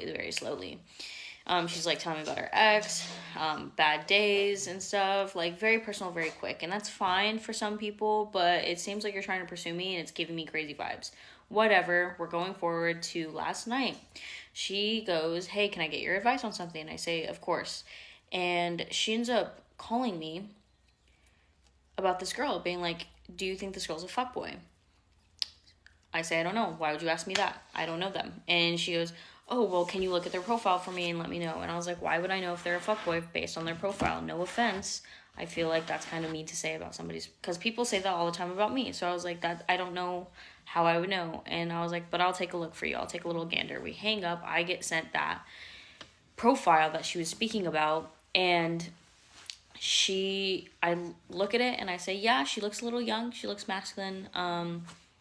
They give off fuckboy vibe, I guess, but I don't know. You should hang out with them and find out yourself. They're in your area, do it safely, maybe get to know them, do a little talk and text, that's what I do when I meet people offline, if I ever do. I've only done it twice, and I text them and I talk to them I even FaceTime them. I'm very safe about that, and that's what you should do if that's what you want to do. Then she proceeds to go, I don't do stuff like that. Why the fuck would you bring it up? This is the end of the red flags. I'm just why? And I call her out. I'm like, you contradict a lot of what you say. You say this, and then you go 180, And then I was like, and also, you talking about her like that is weird, because I feel like I give off the same vibes as her. Maybe just not the short hair. I have a little bit of longer hair, but I give off the same vibes, and we get along just fine. We've been talking for a little bit and you seem to like me, so why are you going to project that onto her? And then she sends me a text saying, I fucking love you. That's why. Mind you, this has only been a week of contact, a week, maybe a week and a half, maybe a week and a few days. I don't know, but it's not that long that we've been talking. Then I call her out. I'm like, hey, that's weird. You don't even know me. I could be a mass murderer. I could be a major narcissist. You just don't know. I don't think I am, but I'm not telling her that because I want to get through her head that we do not know each other very well. Anyways, she then goes on to say, I know you based off your TikToks. Because I'm like, no, what? Like, I'm not putting any of the negative on my TikTok, so you don't really know me. You don't know me as a person. You watching my TikTok is not having a conversation with me and getting to know me as a person.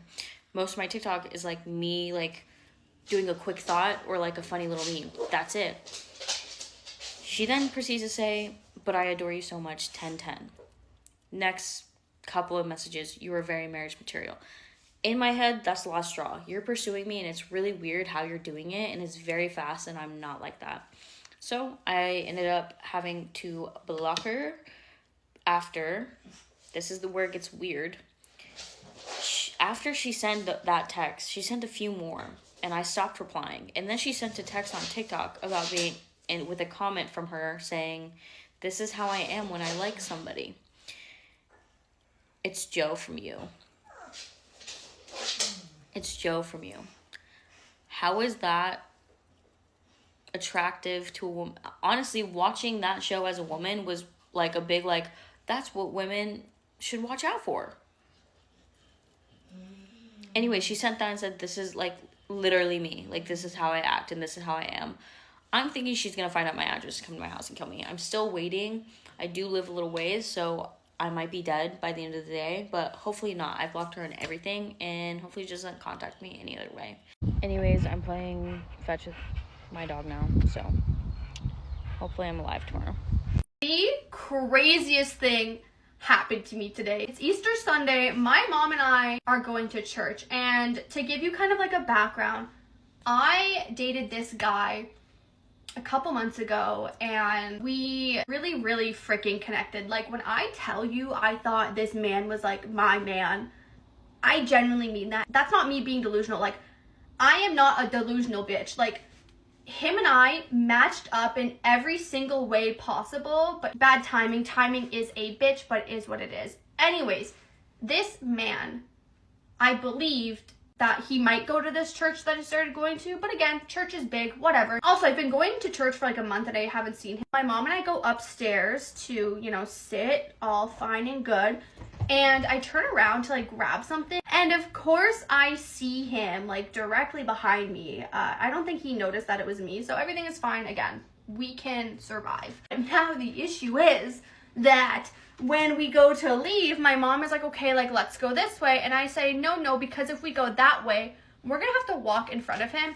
And honestly, I'm still like hurting. Like, I still cry very often because I really fucking like this man. So it's him, you know, we'll call him Tattoo Man. So there's Tattoo Man, this girl, and then this tall ass man.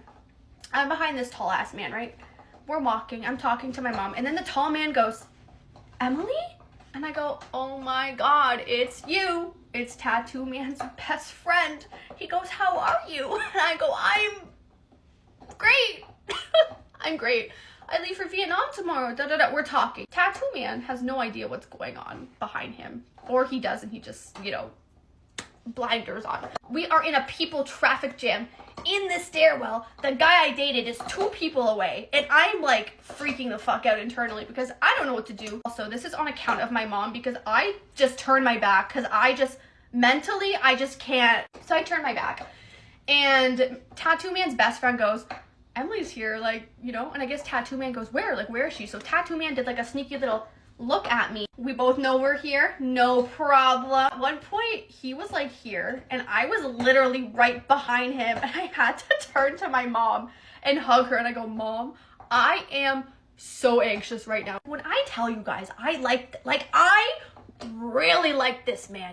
We leave church. Okay, Mom, let's go to brunch. I go up to go to the bathroom. I come back. My mom looks like she has seen a ghost, and I go, Mom, what's wrong? Or like, what happened? The second I stood up and turned my back to go to the bathroom, Tattoo Man walked into the restaurant with another girl. I don't know the scenario. You know, maybe they're friends, maybe they're not. I don't know. All I know is that he walked into the restaurant with another girl. Apparently, the second I stood up and he walked in, he recognized my shirt from church. He like looked and he watched me go to the bathroom, like walk all the way through the restaurant and go to the bathroom. And he apparently, according to my mother, turned white as a freaking ghost. But I just think the cherry on top of this is that I knew we would be kind of in like the same spaces So I prayed to God, please protect me and let me not see him, right?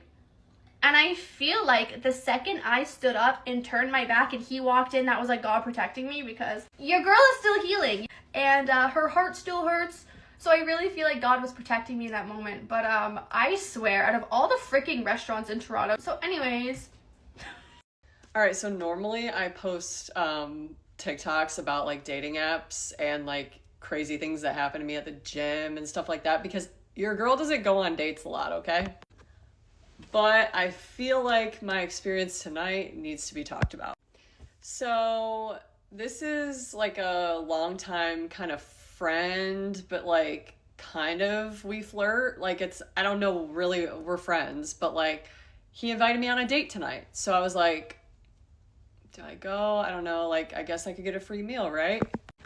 So I decided to go. And lo and behold, he talked about his ex the entire time, for one. For two, he went on about how him and his ex went on a date that was $800 at a restaurant before. This was this fancy place they went to in a big city, and he paid for everything. And this was like the course of their relationship, and he told me all about it. Okay, all these fancy dates that he paid for them together, right? And he was also talking about how much money he made at work, and like the guy does well, okay? We get to the end of the meal, which, by the way, we did not go to a fancy place by any means. This place was literally a chain, okay? Just gonna say that, that's all I'm saying. We get to the end of the date, okay? We use this little kiosk thing to do the bill, right? So he's like doing it and all this stuff, and then he like swipes his card, and I'm like, cool, thank you. Was gonna say thank you, but then he turns it around to me. So yeah, turns the kiosk around to me, and I go, oh, like why is it showing 2 steaks on here? He goes, oh, I split it in half. Then he goes, oh crap, I think I left my Diet Coke on there. Mind you, I got a water. Okay, I got a water with a lemon. He got a Diet Coke, but he split the bill in half, so now I'm paying for half of his Diet Coke. Normally, I wouldn't really care about this, but we're in a freaking recession and you make all this money, so I'm fucking pissed off right now. I thought I had seen it all, guys. I really thought that my dating experiences up to this point, I had seen it all. But this definitely takes the cake. Let me tell y'all the experience I had working for this millionaire. I was working for this millionaire named Tim Morgan. It was the worst experience ever. Like, I never had a boss like him. He talked to his employees any type of way. He half paid me. I didn't even get paid for all the hours I worked. He finessed me out my money. I'm very upset. He does drugs and drink 24/7 on the clock. And you know what type of drugs I'm talking about. He also smoked weed 24/7 on the clock. He collapsed the other day from doing all them drugs, and he was fighting with the fire department, not trying to go to the hospital because they was going to find all them drugs in his system. Yes. He have a dog walking around the restaurant 24/7, which the food be there. He use gloves sometimes when he dealing with y'all food, not all the time. He call people poor to their face. If you say anything back, or if you say, even if you ask a question that he don't like, you're fired right off back. He's not for the black. He really hate the black people, for real. He pays you underneath the table, which is illegal. Yes. He find people on the street to try to pay them less than what he'll pay the professionals. Yes. He's a very evil man. I never thought that he was like that until I really worked for this man. When you first meet him, you would think that he's a good man. You would think that he for us. You would think that he want to help you. But whole time, he don't want to help you. He want to break you down. He don't want to help you. If you don't do what he say, if you're not a yes man or a yes girl, you out of there. You can't even ask a question. You can't do nothing. You gonna be fired off back. He don't give no chances. He talked to us like he was talking to us like we was just Like, and then he kept throwing up in our face talking about he don't need us, but you asked us to work for you. How you don't need us, but you asked us to work for you? Make that make sense. Part 2 if you want more. So I got another story time for y'all. Okay. It's about this dude that I met on Facebook dating. This is gonna become a fucking theme at this point. Because don't get me wrong, I at this point I'm just done with the app. I ain't gonna lie to y'all, I'm just experimenting at this point. So this guy, okay, he is, I think he's 34, 33. Very successful. He got a master's degree in marketing. He's supposedly an actor, songwriter, artist. Very well known. Okay, very well known. I checked his page. I said, okay, you know, he know a few people. He done been in some celebrity rooms. Do I give a fuck? No, I don't. I really don't. I don't care about none of that. So I just feel like we've been talking, maybe off and on texting for about a week. Have not talked on the phone. I've said twice that I would like to have a conversation on the phone. I said it twice. I did attempt to call him yesterday, but I was on my way out to have me a good time, baby. I had a good time last night. So we didn't get to talk. Now, you texted me all day, throughout the day. Mind you, literally the first day we was talking, he ain't gave me too many red flags. He just gives me that he one of those, like, first off, he's over 300 pounds. Not that matters, because I've dated a big boy before. Not that big. But he's over 300 pounds. He just gives, like, y'all know them, like, fat, successful, like, smell good, wear the jewelry, always got the J's on. He has no kids. One of them kind. They funny. Everybody love them. But they probably carrying a little wee-wee. That's the energy he give me. Super sweet, super nice. Still has not said you want to take me out on a date yet. But, okay. Like, even the conversation, y'all, I swear. We talk. It's very gentle, very sweet, whatever. The first day, he was talking to me about, he the one that brought up, he didn't bring up sex per se, but we was talking about something, and he was like, oh my God, like, I would love to eat you up. If you know, you know. Them fat boys, that's all they talk about first when they ain't packing. I didn't say nothing about it. I engaged with the conversation. I was like, okay, then I shifted the focus. I said, you know, I don't really want to talk about sex. Like, I don't want that to be like my focus. Now, okay, days have went by. You sending me snippets of music that you're making. Okay. Still don't give a fuck, but happy for you. I salute. I support. I love that you make music. You're a marketer. You're doing all this. You're going to California this weekend for some type of tequila festival show, whatever. You seem busy. I asked you, like, do you feel like you'll be too busy for me? Because, you know, I'm working. I'm waiting on a new job to start with my degree. So I just been working at Domino's. Like, you know, so I really got time on my hands. Like, I can go on a date right now. You still have not asked me out on one. Okay, I'll let it slide. Now, I'm a little fucking frustrated. Like, what's wrong with niggas? Because I asked you, asked me, do I smoke, do I drink? I'm like, no, I'm just social. Like, I don't really do that stuff, like, as much in moderation, you know? So I'm like, so he like, well, I would love to smoke with you. What? Didn't you just hear what I said? So I was like, so you want our first date to be a smoking session? Didn't respond to that. Sends me another snippet, yet another snippet of his music to review. He's already sent me an album that he created. I ain't gonna lie, it does give that he's using AI, but whatever. I haven't heard his voice yet, so I don't know if you can sing or not, babe. I even suggested, you know, voice recordings. Still haven't done that. Do y'all know? Here's the dun dun dun. Do y'all know that I woke up today and this man said that he made a song about me? It's an R&B song. Don't get me wrong. He sounds amazing. Sounds amazing. The beat is amazing, but it literally is titled Raven. And in the song, it's almost like he's singing his heart out, saying that, you know, he ain't never met me, but, you know, I just know it's gonna be a vibe when I finally meet you. And sir, how the fuck are you writing a song about somebody you've never even called on the phone? This is why I'm single. My name's Rachel, and I was adopted from Colombia when I was 2 months old, and here is my entire story. I was adopted into New York by my parents, and yes, I call them my parents. I don't call them anything else. I know nothing else besides them as my parents.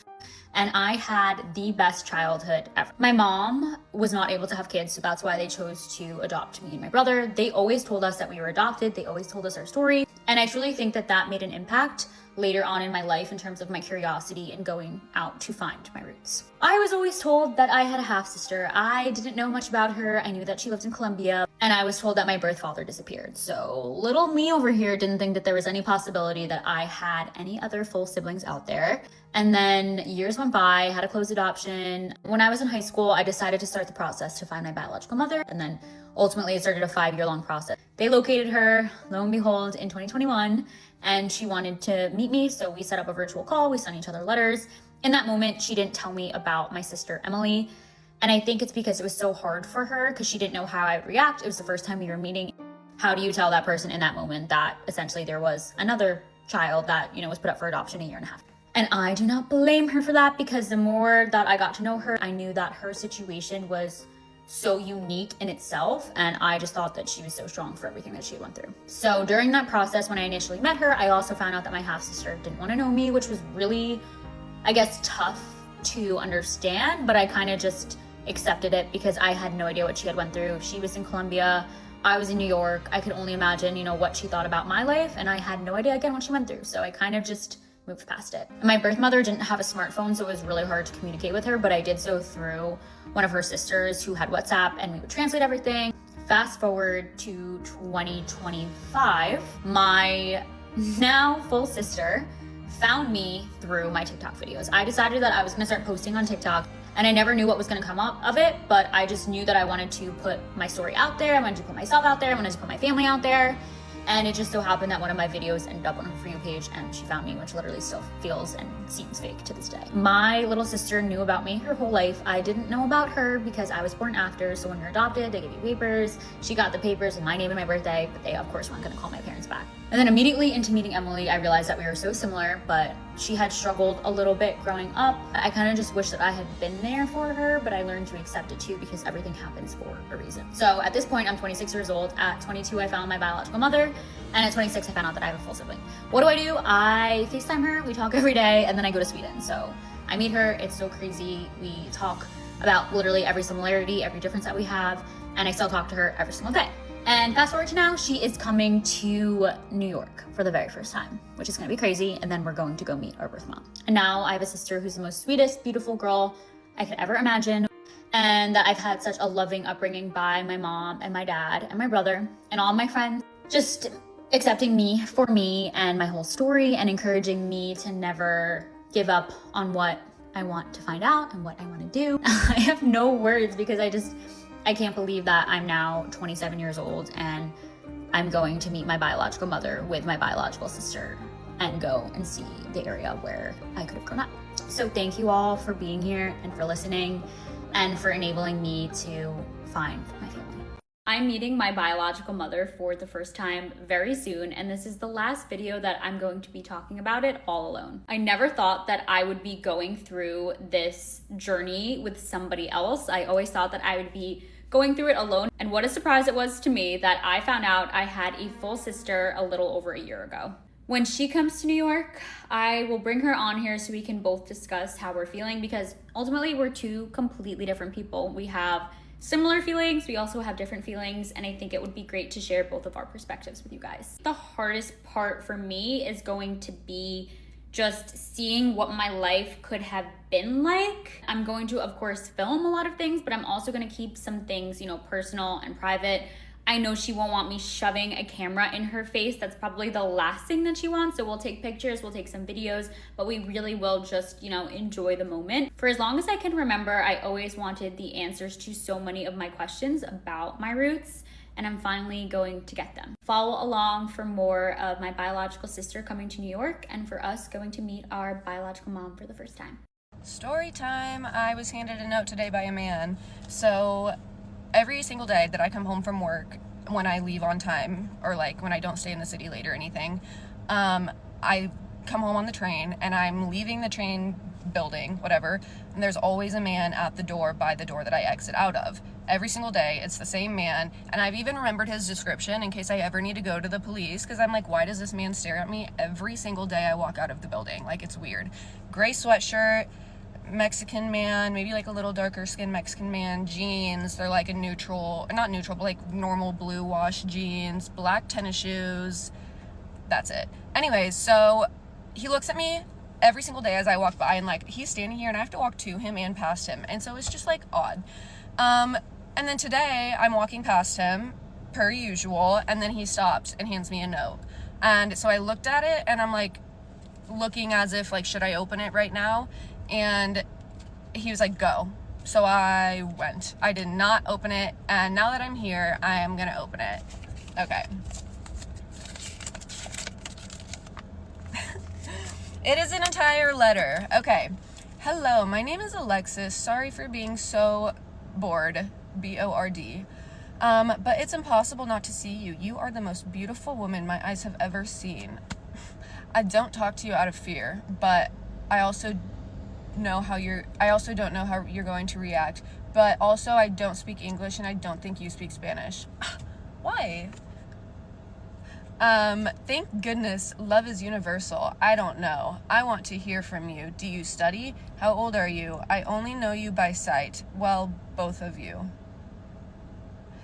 I arrive at the station at 2:30. My jod, which I think is job, is 5 minutes away. He entered at 3:30. And I won't deny it. Since I saw you, I was struck by your gaze. And I won't deny I like you. I would like to get to know you more deeply, of course, provided you place your trust in me. I would like to know what your name is. What do you like? What do you dislike?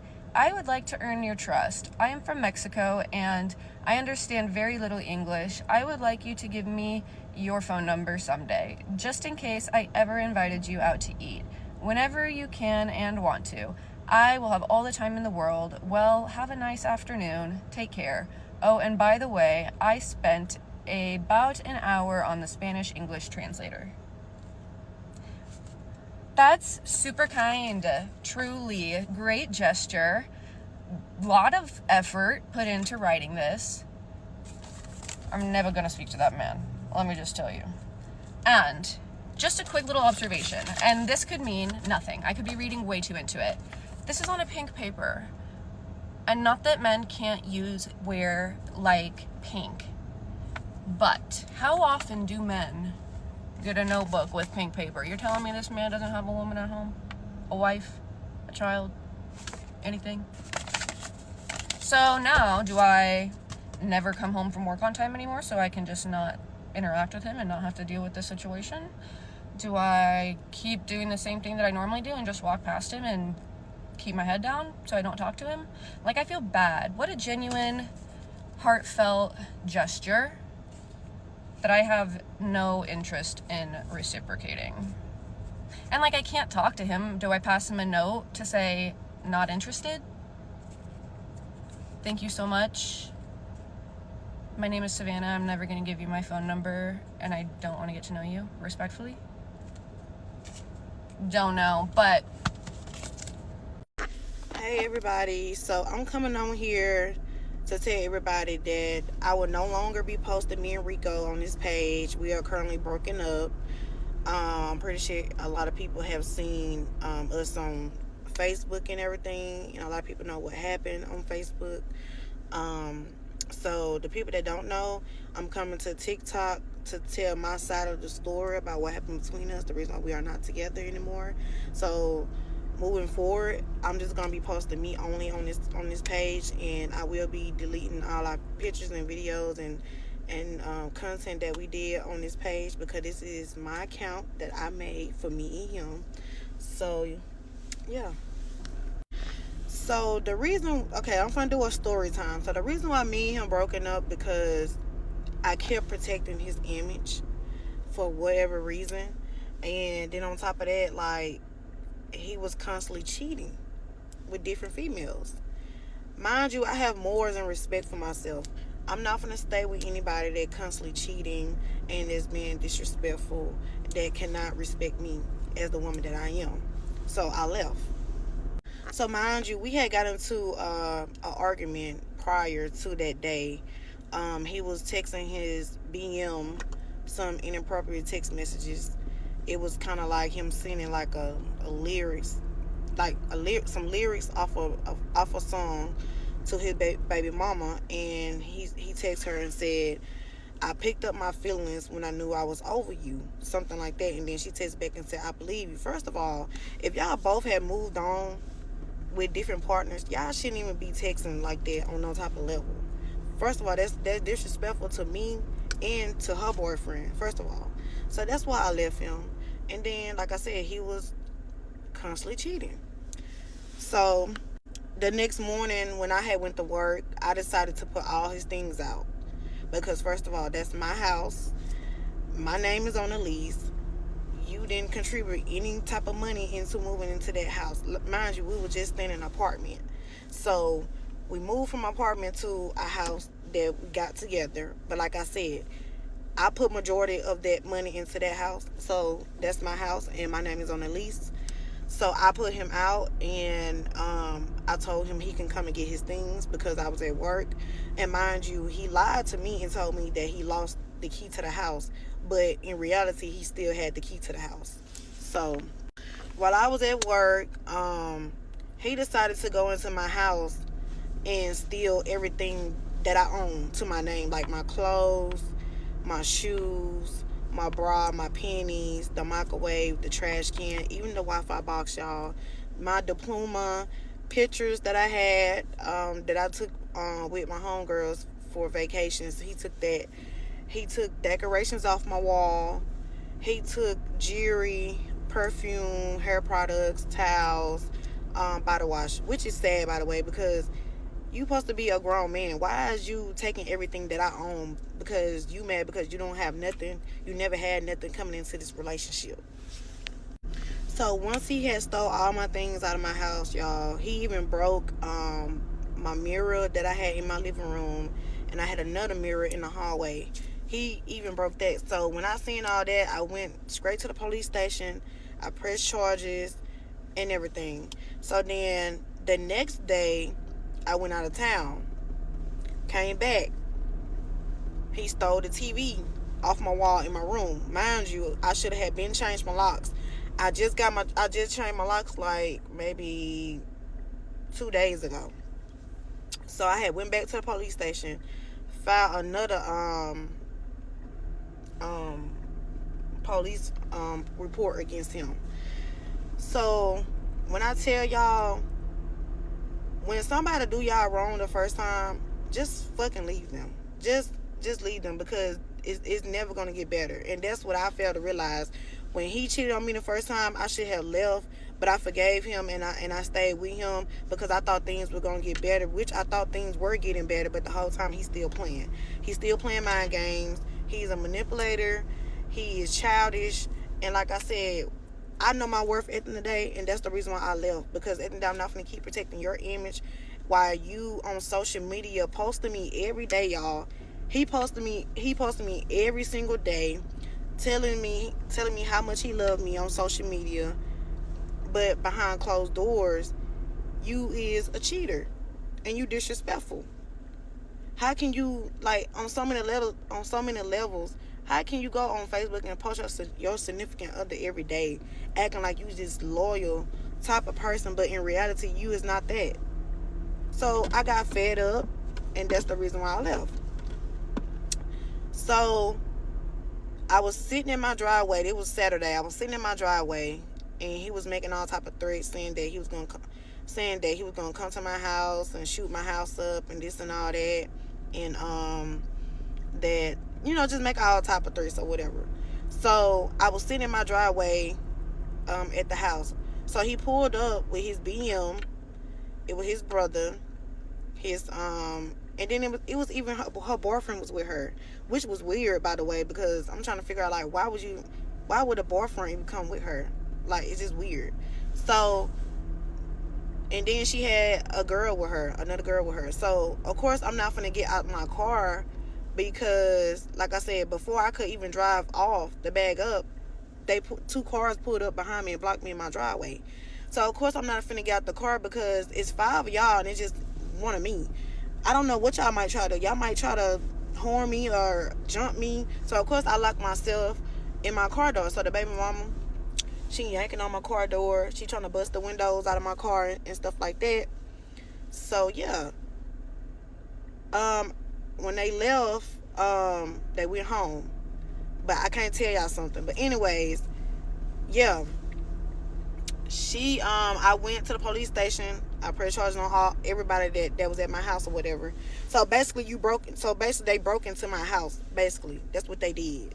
So but yeah, this is part 1. If you want part 2, and yeah, I'll come back for part 2. And mind y'all, I don't have any kids. I have a career.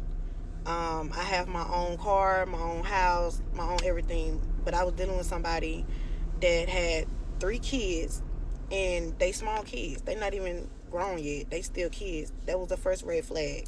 So at the end of the day, like I said, y'all like for part 2 if you want to hear more. So y'all, this is part 2. I'm really gonna make this video really short because today is a busy day for me.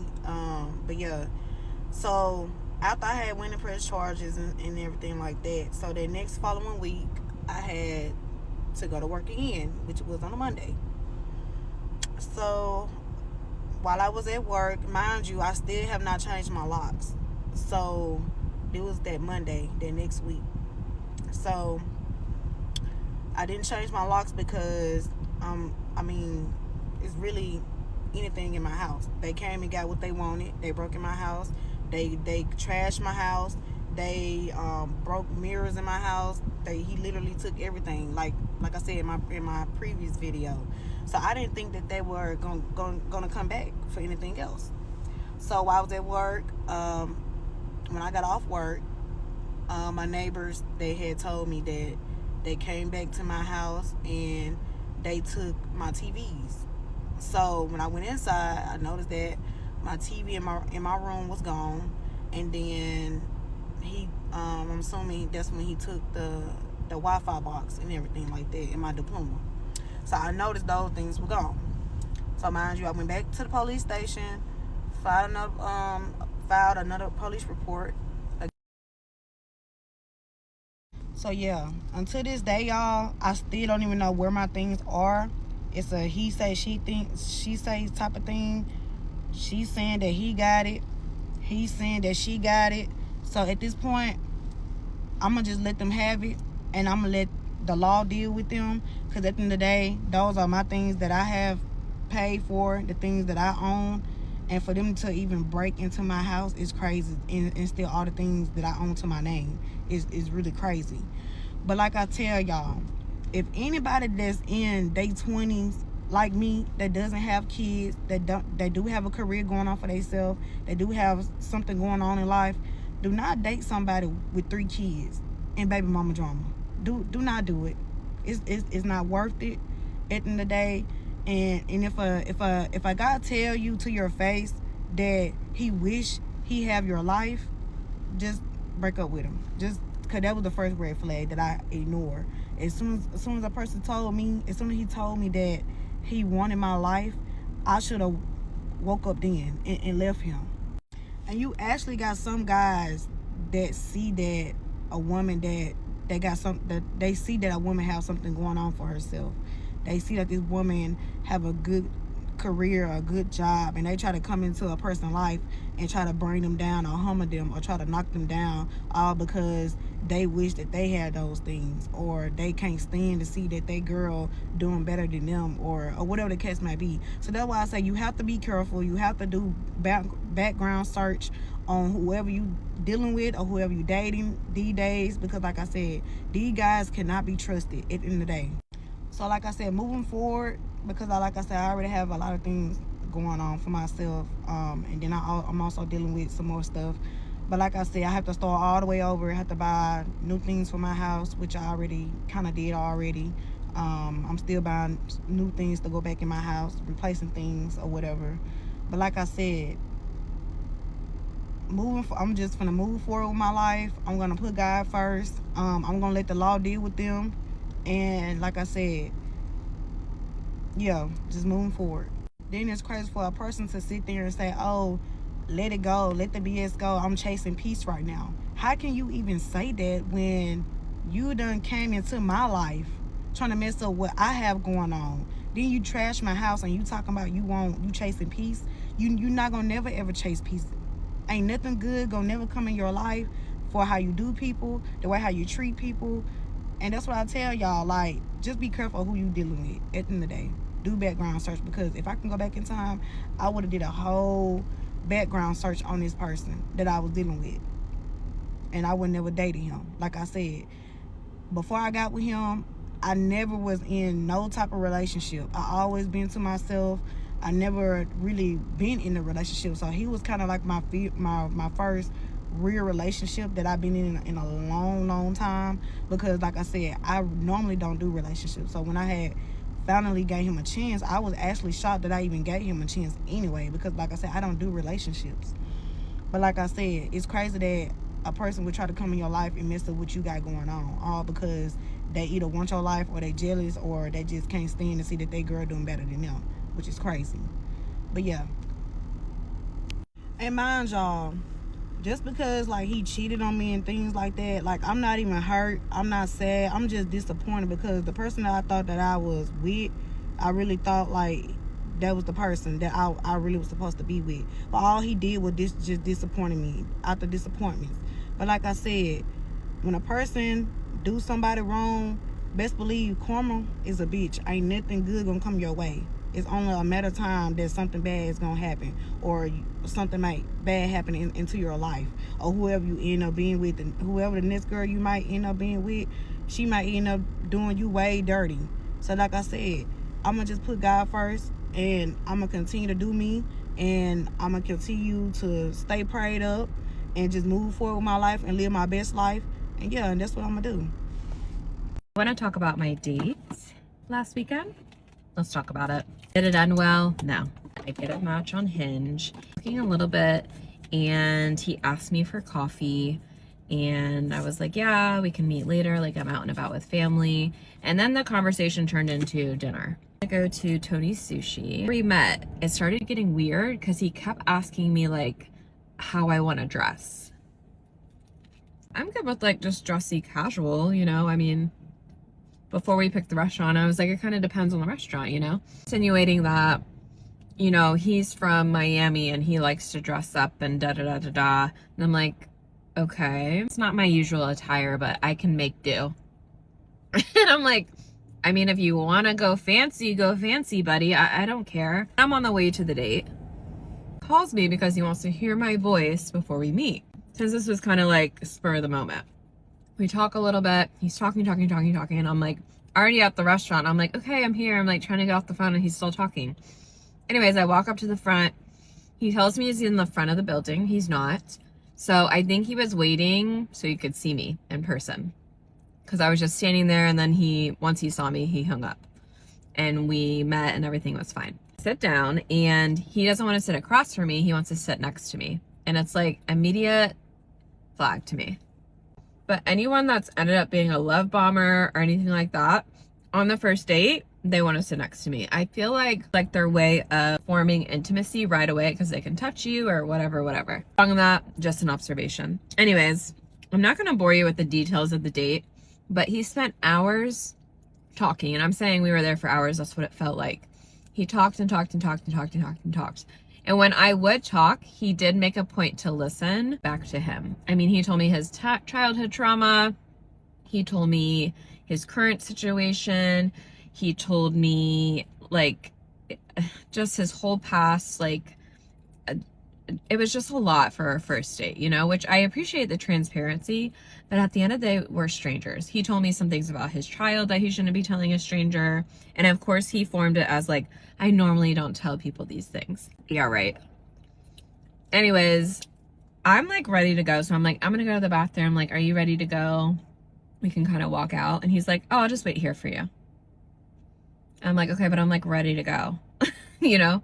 And he's like, oh, okay. He's like, I'll just wait here. So I'm like, so I go to the bathroom, I come back out. He's not at the table. But you said you were gonna wait at the table. Anyways, so we walk out. He walks me to my car, talking. He stands in front of my car and he's talking. And I tried to leave like 3 times, you know? And of course I could have made more of an effort. I was trying not to be an asshole. I really gotta go. So I get in my car, leave. As I left there, I'm like, okay, he was good looking. I felt like he talked way too much. He told me too much information, but I honestly was like, you know, he seemed like a nice guy. I'm willing to see him again to just see, was he just excited? Is that why he was talking so much? Like, you know, you're kind of like battling it. We say goodnight. Later he asked me, he's like, I couldn't really tell if you were into me or not. And in my head, I'm like, I don't know if I'm into you. And maybe that's a sign I should just cut people off right away. But it's like, I'm trying to figure this shit out. So I said, no, I'm interested in you. It's just, it takes me a little bit to warm up, which I already told him before, that I hate when men expect a lot from me right away when they are a stranger. He also mentions the night before that he wants to see me again Sunday night. I say, okay, yeah, maybe we'll see, you know, whatever. So we chit chat a little bit all throughout the day, but he doesn't mention anything about seeing each other. I think around 4 o'clock, he's like, oh, I'm about to drop off my kids. But their mom is not there. And I'm like, uh-oh. 3 hours later, he responds and said, oh, I already handled that situation. Are you home? Am I home? Why do you need to know if I'm home? Like, that's such a weird question from a stranger. The texts come through, but I decide not to answer until later, like when I'm laying down. So later on, maybe like 9, 10 o'clock, I'm laying down and I say, yeah, I'm home now. Gonna shower, go to bed, you know, whatever. And he's like, you should let me stop by and talk to you in the driveway. He also sent me a selfie of himself saying that he was at a bar that he was not at because it was closed. I looked it up, and was just giving me weird ass vibes. And, you know, he's already trying to come over to my house. We all know he doesn't want to talk in the driveway. So anyways, all I said was, don't you think we need a few dates before you start making house calls? And then the next day he texted me and I never answered. Haven't heard from him since. But like, interrupted my sleep for nothing. Had me out late as hell, talking my ear off for nothing. Talking about dating experiences I've had while doing my makeup. I've already moisturized and put on sunscreen, and just a little disclaimer, I really don't know how to do makeup, and I kind of just do what's worked for me since middle school. So the first guy I ever went on a date with was someone I barely knew. He was friends with one of my best friends at the time, and we had spoken in passing on FaceTime calls and stuff just because he was really good friends with one of my friends. And I was really bold as a sophomore, and he was super flirty with me. And so one day I genuinely was just like, hey, let's go out. And he was like, what do you want to do? And me being stupid, looking back on it now, I said to him that I wanted to go to a movie, which is so stupid thinking about the fact that we just did not know each other. And a movie as a first date is probably not the best idea because we couldn't talk. But despite that, that's what I decided I wanted to do, and so that's what we were gonna do. We had planned to go to the Target across from the movie theater and get candy before the movie because it's cheaper there. Since we were both sophomores in high school, neither of us had our license, and my mom dropped me off, and I guess his dad dropped him off. And I went into the Target, and there he was. We met up with each other, and he instantly was like, why are we here? And I was like, oh, well, I thought we were gonna get candy, but if you don't want to do that, let's just go to the movie. And so we left the Target, and we had to walk all the way across the street to get to the movie theater. And instead of going on the sidewalk, he decided to walk through the bushes and down this hill.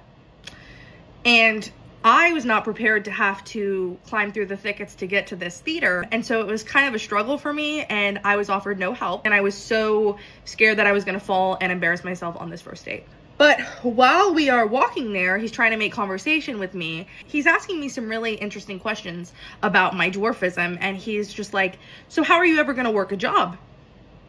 And at that point, I hadn't had a job, and so I was just like, I don't know. Like any other person, I guess. And he was asking me all sorts of other questions about my dwarfism, about how I function and in real life and stuff. And I was honest with him. I was like, it's definitely a little bit harder, but nonetheless, I do it anyways. So that instantly raised some red flags for me, and it made it kind of awkward, I guess, because I didn't know how to answer a lot of his questions, and I tried my best, but it just felt like the conversation was really only about my dwarfism. And whenever I asked him a question about himself or anything, the questions kind of either were answered or went unanswered, but then steered back to what he was asking me. So we did the movie and he paid for my tickets, and that ended up being fine. But needless to say, I did not go on another date with him.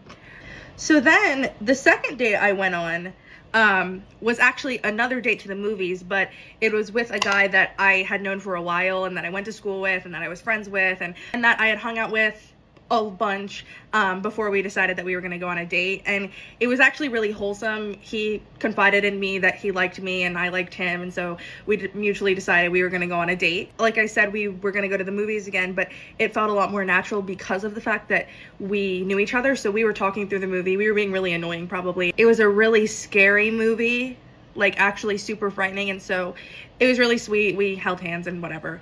And that guy ended up going on to be my boyfriend, who I've talked about in a previous video. But that situation didn't end up, you know, exactly how I wanted it to. I've talked about how we dated for around a year, but lots of that dating consisted of me and him facing a lot of discrimination for the fact that we were dating, and lots of really harsh and mean comments being made about me to him. And so it caused him to be quite embarrassed of dating me, actually, and that's inevitably what ended up breaking us up. But after that movie date that we went on, we hadn't gone on any other dates because of the fact that he didn't really want to be seen out in public with me. So that was the second date I've been on. And the concept of me having a boyfriend for a year but only being on one date with him and that date being our first date really doesn't sit right with me now. This Zoe, looking back on that, would never do that again. So that experience provided me with a lot of knowledge about the dating world and about men in general, and about how if you're not the conventional standard of beauty, you're going to be treated pretty poorly by men that you're trying to date or by men's friends that you are dating. And so once him and I broke up, I took a massive break from wanting to date anybody. Once I turned 18, I started going on different dating apps like Hinge, but I think I also tried out like Tinder and Bumble and some other things. And the main group of guys that I was attracting were guys who genuinely, it just felt like they were fantasizing or fetishizing about dating a dwarf woman. I think they were kind of treating wanting to hook up with me or date me like a box they were checking off of a bucket list in a way. I would constantly get, oh, I've always wanted to be with a dwarf, or that's something I've always wanted to try. And then also asking me if I was open to some really crazy things. And I was only ever on dating apps to date. I never wanted to participate in hookup culture. I never wanted to like do anything casual, but it felt like the guys on these dating apps were only looking to do something casual or to hook up, which was just not what I wanted any part in.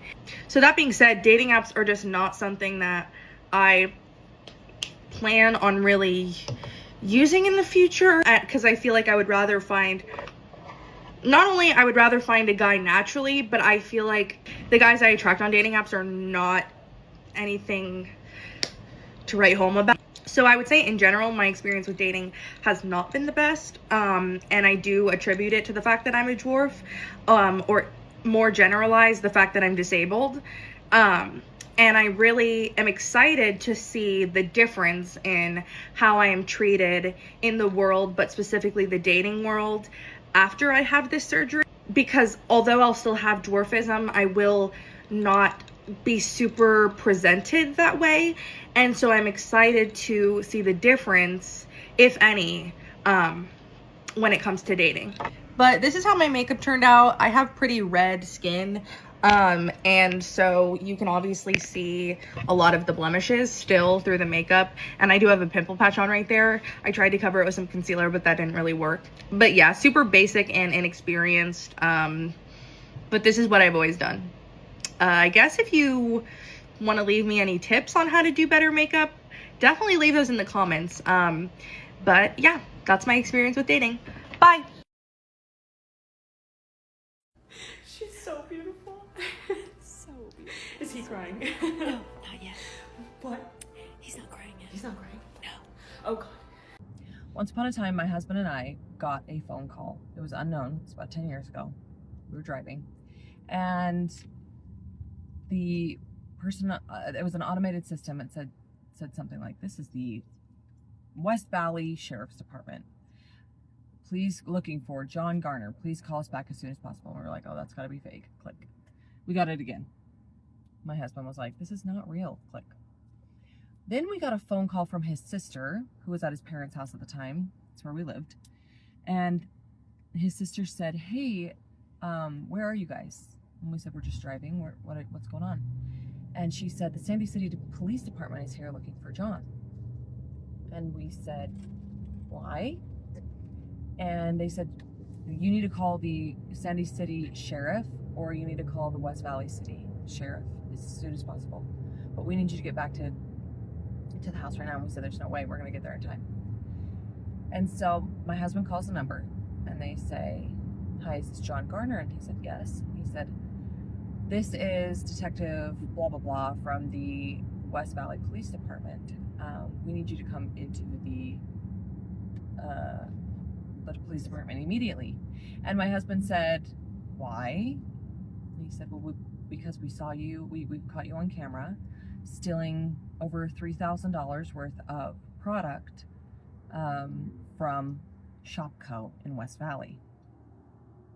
There's a lot of sentences there. Like, there's a lot of part of that sentence that doesn't make sense for our family. Number one, we never shopped at Shopco. Not since I was little. Number two, we never go to West Valley. Number three, we don't shoplift. Okay, so there's like multiple things. And my husband said, no, you sure didn't. And he said, no, we have you on camera driving away in your Subaru Outback with the tag blah, blah, blah. Is that your tag? And he said, yes. He said, and you drive this color Subaru? And he said, yes.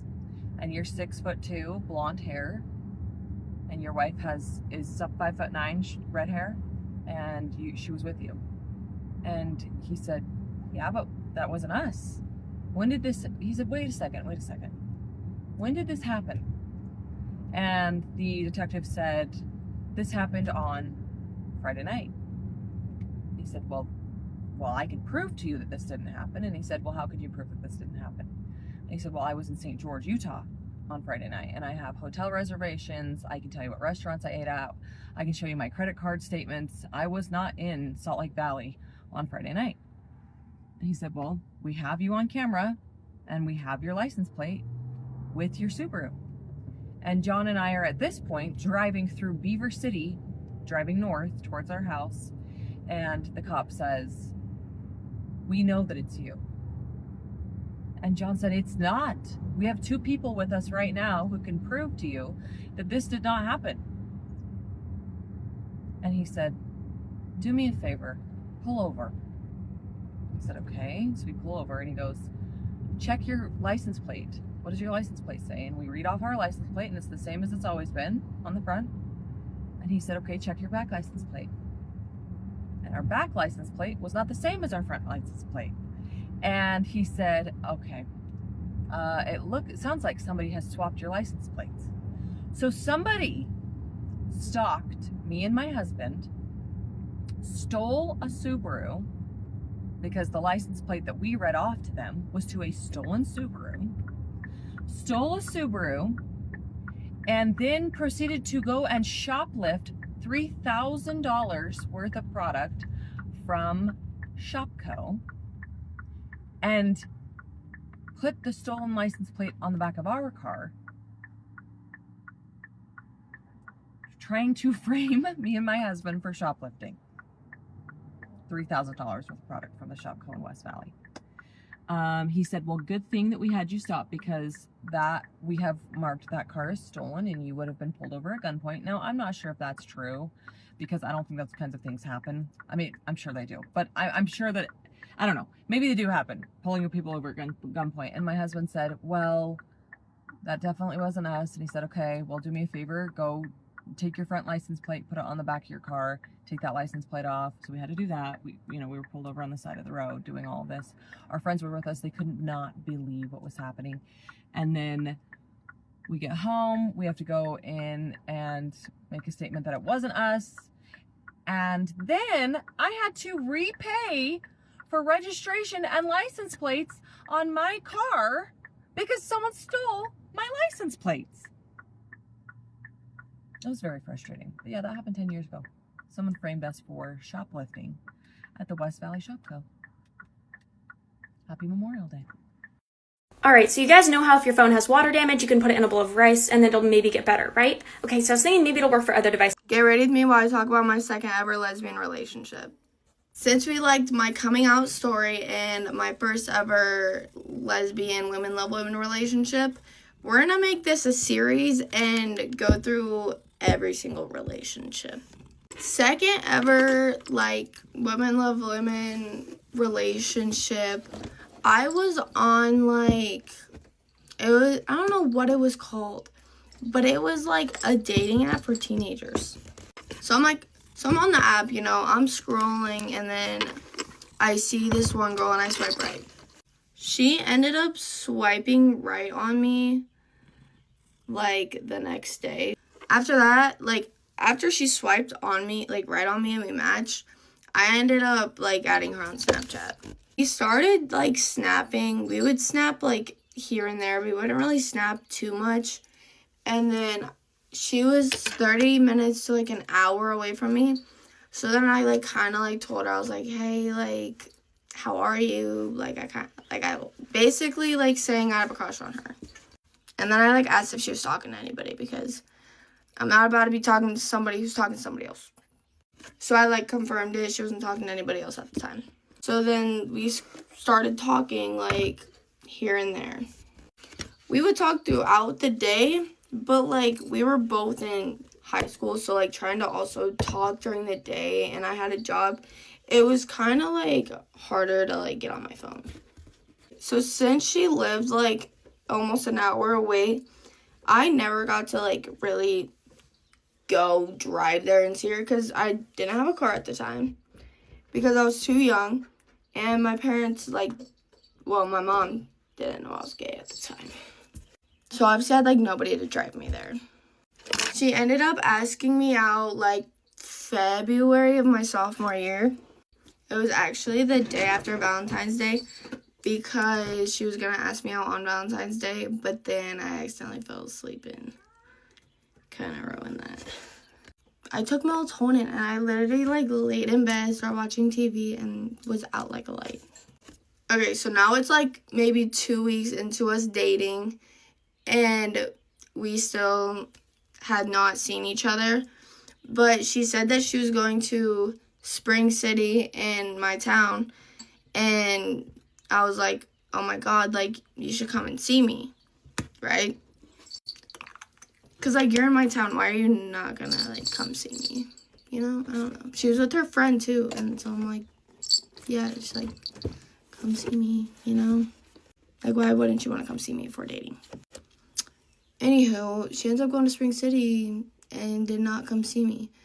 And I was literally waiting at the high school for my friend to get done with wrestling, so I couldn't even go anywhere. Once my friend got out of, her wrestling practice, I told her basically that, the girl was in town. And so she was like, oh, do you want to go see her? So we ended up meeting her at Cane's. It was a little awkward because, we hadn't ever seen each other. So it was, it was very nerve-wracking. I also ended up kissing her that day, too. In the parking lot of Cane's, too, mind you. She then ended up going home, but the next week, she came back to my town, but this time, she didn't even text me that she was coming. Literally freaking nothing. I was on freaking delivered all day, and then she snapped me once, and then didn't snap me again, and then I'm, stalking her location, and girl was literally on her way here. To my town, not my house. But still, I was like, how are you going to ignore me all day, snap me once, and then ignore me again, and, literally be driving to my town? So at this point, when I see her location, I'm, blowing up her phone. I'm like, you're coming to Grwn, and you're not even, you didn't even say anything. And then I'm like, why aren't you answering me? Like, why am I still undelivered? You're active. Like, what's going on?